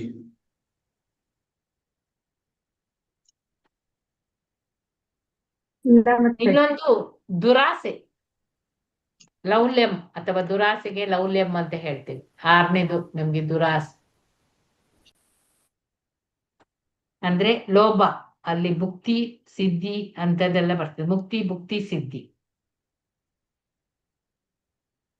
ಕೃಷ್ಣ ಭಕ್ತಿಗೆ ದುರಾಸೆ, ಯಾವುದೇ ಭೌತಿಕ ಆಸೆಗಳು ಕೃಷ್ಣ ಭಕ್ತಿಗೆ ಇದ್ದವರಿಗೆ ದುರಾಸೆ ಇರುವುದಿಲ್ಲ. ಅವರಿಗೆ ಯಾವುದೇ ಭೌತಿಕ ಆಸೆಗಳು ಕೂಡ ಇರುವುದಿಲ್ಲ. ಶಾಂತಿಯುತರಾಗಿ ಇರ್ತಾರೆ, ನಿಯಮಗಳನ್ನು ಪಾಲಿಸ್ತಾರೆ, ಕೃಷ್ಣ ಸಂಘದವರೊಂದಿಗೇನೆ ಸೇರ್ತಾರೆ. ಅವರು ಅತಿಯಾದ ಪ್ರಯತ್ನವನ್ನು ಮಾಡುವುದಿಲ್ಲ, ಅವರು ಎಷ್ಟು ಬೇಕೋ ಅಷ್ಟೇ. ಆದ್ರೆ ಯಾರಿಗೆ ದುರಾಸೆ ಇರ್ತದೆ ಅವರೆಲ್ಲ ಅತಿಯಾದ ಪ್ರಯತ್ನ ಮಾಡ್ತಾರೆ. ಮತ್ತೆ ಸಂಘ ಕೂಡ ಬೇರೆಯವರ ಸಂಘದಲ್ಲೇ ಇರ್ತಾರೆ. ಅತಿಯಾದ ಮಾತು, ದುರಾಸೆ ಇರ್ತದೆ ಅವರಿಗೆ, ಸಂಗ್ರಹಿಸಿರುವಂಥದ್ದು, ಇದೆಲ್ಲ ಇರುವಂಥದ್ದು ಕೃಷ್ಣ ಪ್ರಜ್ಞೆಯಲ್ಲಿ ಇಲ್ಲದವರು.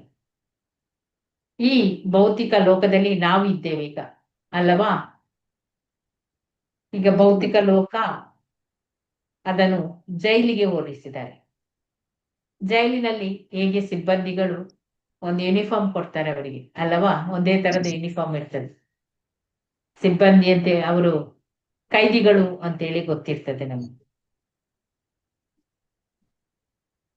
ಈಗ ಈ ಭೌತಿಕ ಜಗತ್ತಿನಲ್ಲಿ ನಮ್ಗೆ ಈ ಜೈಲನ್ನು ಮೇಲ್ವಿಚಾರಕರು ಅಲ್ಲಿ ಜೈಲಿನಲ್ಲಿ ಇದ್ದಾಗೆ ಇಲ್ಲಿ ಕೂಡ ನಮ್ಗೆ ದುರ್ಗಾದೇವಿ ನಮ್ಮನ್ನು ಮೇಲ್ವಿಚಾರಕರಾಗಿ ನೋಡ್ತಾ ಇದ್ದಾರೆ. ನಾವು ಬದ್ಧಾತ್ಮರು. ನಮ್ಗೆ ಈ ದೇಹವನ್ನು, ಯೂನಿಫಾರ್ಮ್ ಅಂತ ಹೇಳಿದ್ರೆ ನಮ್ಗೆ ಏನೊಂದು ದೇಹವನ್ನು ಕೊಟ್ಟಿದ್ದಾನೆ ಭಗವಂತ. 5 ಇಂದ್ರಿಯ ಮನಸ್ಸು ಅದನ್ನೆಲ್ಲ ಕೊಟ್ಟಿದ್ದಾನೆ. ಅದನ್ನು ಕೊಟ್ಟು ನಾವು ಇಲ್ಲಿ ಶ್ರಮ ಪಡ್ತೇವೆ. ಆಹಾರ, ನಿದ್ರೆ, ಬೆಳಕು, ಗಾಳಿ, ವಸ್ತ್ರ, ಮನೆ, ಇದೆಲ್ಲ ನಮ್ಗೆ ಈ ಭೌತಿಕ ಜಗತ್ತಿನಲ್ಲಿ ಬೇಕಾದದ್ದು, ಅಗತ್ಯವಾದ ಪೂರೈಕೆ ಅಲ್ಲವಾ. ಹಾಗೆ ಜೈಲಿನಲ್ಲಿದ್ದವರಿಗೆ ಕೂಡ ಅವರಿಗೆ ದುಡಿಲಿಕ್ಕೆ ಇದೆ. ಎಷ್ಟೊತ್ತು? 6 ರಿಂದ 8 ಗಂಟೆ ತನಕ. 6 ದಿವಸಕ್ಕೆ 6 ಗಂಟೆ ಅಥವಾ 8 ಗಂಟೆ, ಏನೋ ಕಲ್ಲು ಹೊಡೆಯುವುದು ಅಂತದ್ದು ಇಂಥದ್ದು ಎಲ್ಲ ಕೆಲಸವನ್ನು ಕೊಡ್ತಾರೆ ಅವರಿಗೆ. ದೈಹಿಕ ಶ್ರಮ ಅವ್ರು ಮಾಡ್ಲೇಬೇಕು. ಹಾಗೆ ನಾವು ಕೂಡ ನಮ್ಗೆ ಎಷ್ಟು ಬೇಕೋ ಅಷ್ಟು ದುಡಿಬೇಕು. ಅಂದ್ರೆ ಕೆಲವರು ಏನ್ ಮಾಡ್ತಾರೆ, ಭ್ರಮೆಯಲ್ಲಿ ಇದ್ದವರು 8 ಗಂಟೆಯಿಂದ, ಬೆಳಿಗ್ಗೆ 8 ಗಂಟೆಯಿಂದ ರಾತ್ರಿ 8 ಗಂಟೆ ಬೇಕಾದ್ರೂ ದುಡಿತಾರೆ. ಅವರಿಗೇನು, ಭ್ರಮೆಯಲ್ಲಿದ್ದಾಗ ನಾನು ಆನಂದದಲ್ಲಿ ಇದ್ದೇನೆ ಅಂತೇಳಿ ಎಣಿಸ್ಕೊಳ್ತಾರೆ. ನನ್ನದು ಮನೆ ಇದೆ, ಮೈ ಸ್ವೀಟ್ ಹೋಮ್ ಅಂತ ಹೇಳಿ ಅಲ್ಲಿಗೆ ಬರ್ತಾರೆ. ಜೈಲಿನಲ್ಲಿ ಸುಖಿಯಾಗಿರ್ಲಿಕ್ಕೆ ಸಾಧ್ಯವಾ? ಇಲ್ಲ ಮಾತಾಜಿ. ಇಲ್ಲ ಹಾಗೆ ಮಾತಾಜಿ. ನಾವು ಈ ಭೌತಿಕ ಲೋಕದಲ್ಲಿ ಇರುವವರು ನಾವು ಕೂಡ ಸುಖಿಯಾಗಿರ್ಲಿಕ್ಕೆ ಸಾಧ್ಯ ಇಲ್ಲ. ನಮ್ಮಲ್ಲಿ ಇಲ್ಲಿ ಕ್ಲೇಶಗಳು ಬಂದೇ ಬರ್ತದೆ. ಆಧ್ಯಾತ್ಮಿಕ, ಆದಿದೈವಿಕ, ಆದಿ ಭೌತಿಕ ಕ್ಲೇಶಗಳು. ಇಲ್ಲಿ ಸುಖ ಎಂಬುದು ಅಶ್ವಾಶ್ವತ, ಒಂದು ಗಳಿಗೆ ಇರ್ತದೆ. ಈಗ ಸುಖ ಇರ್ತದೆ, ಮತ್ತೊಂದು ಸ್ವಲ್ಪ ಹೊತ್ತಿಗೆ ಇರುವುದಿಲ್ಲ.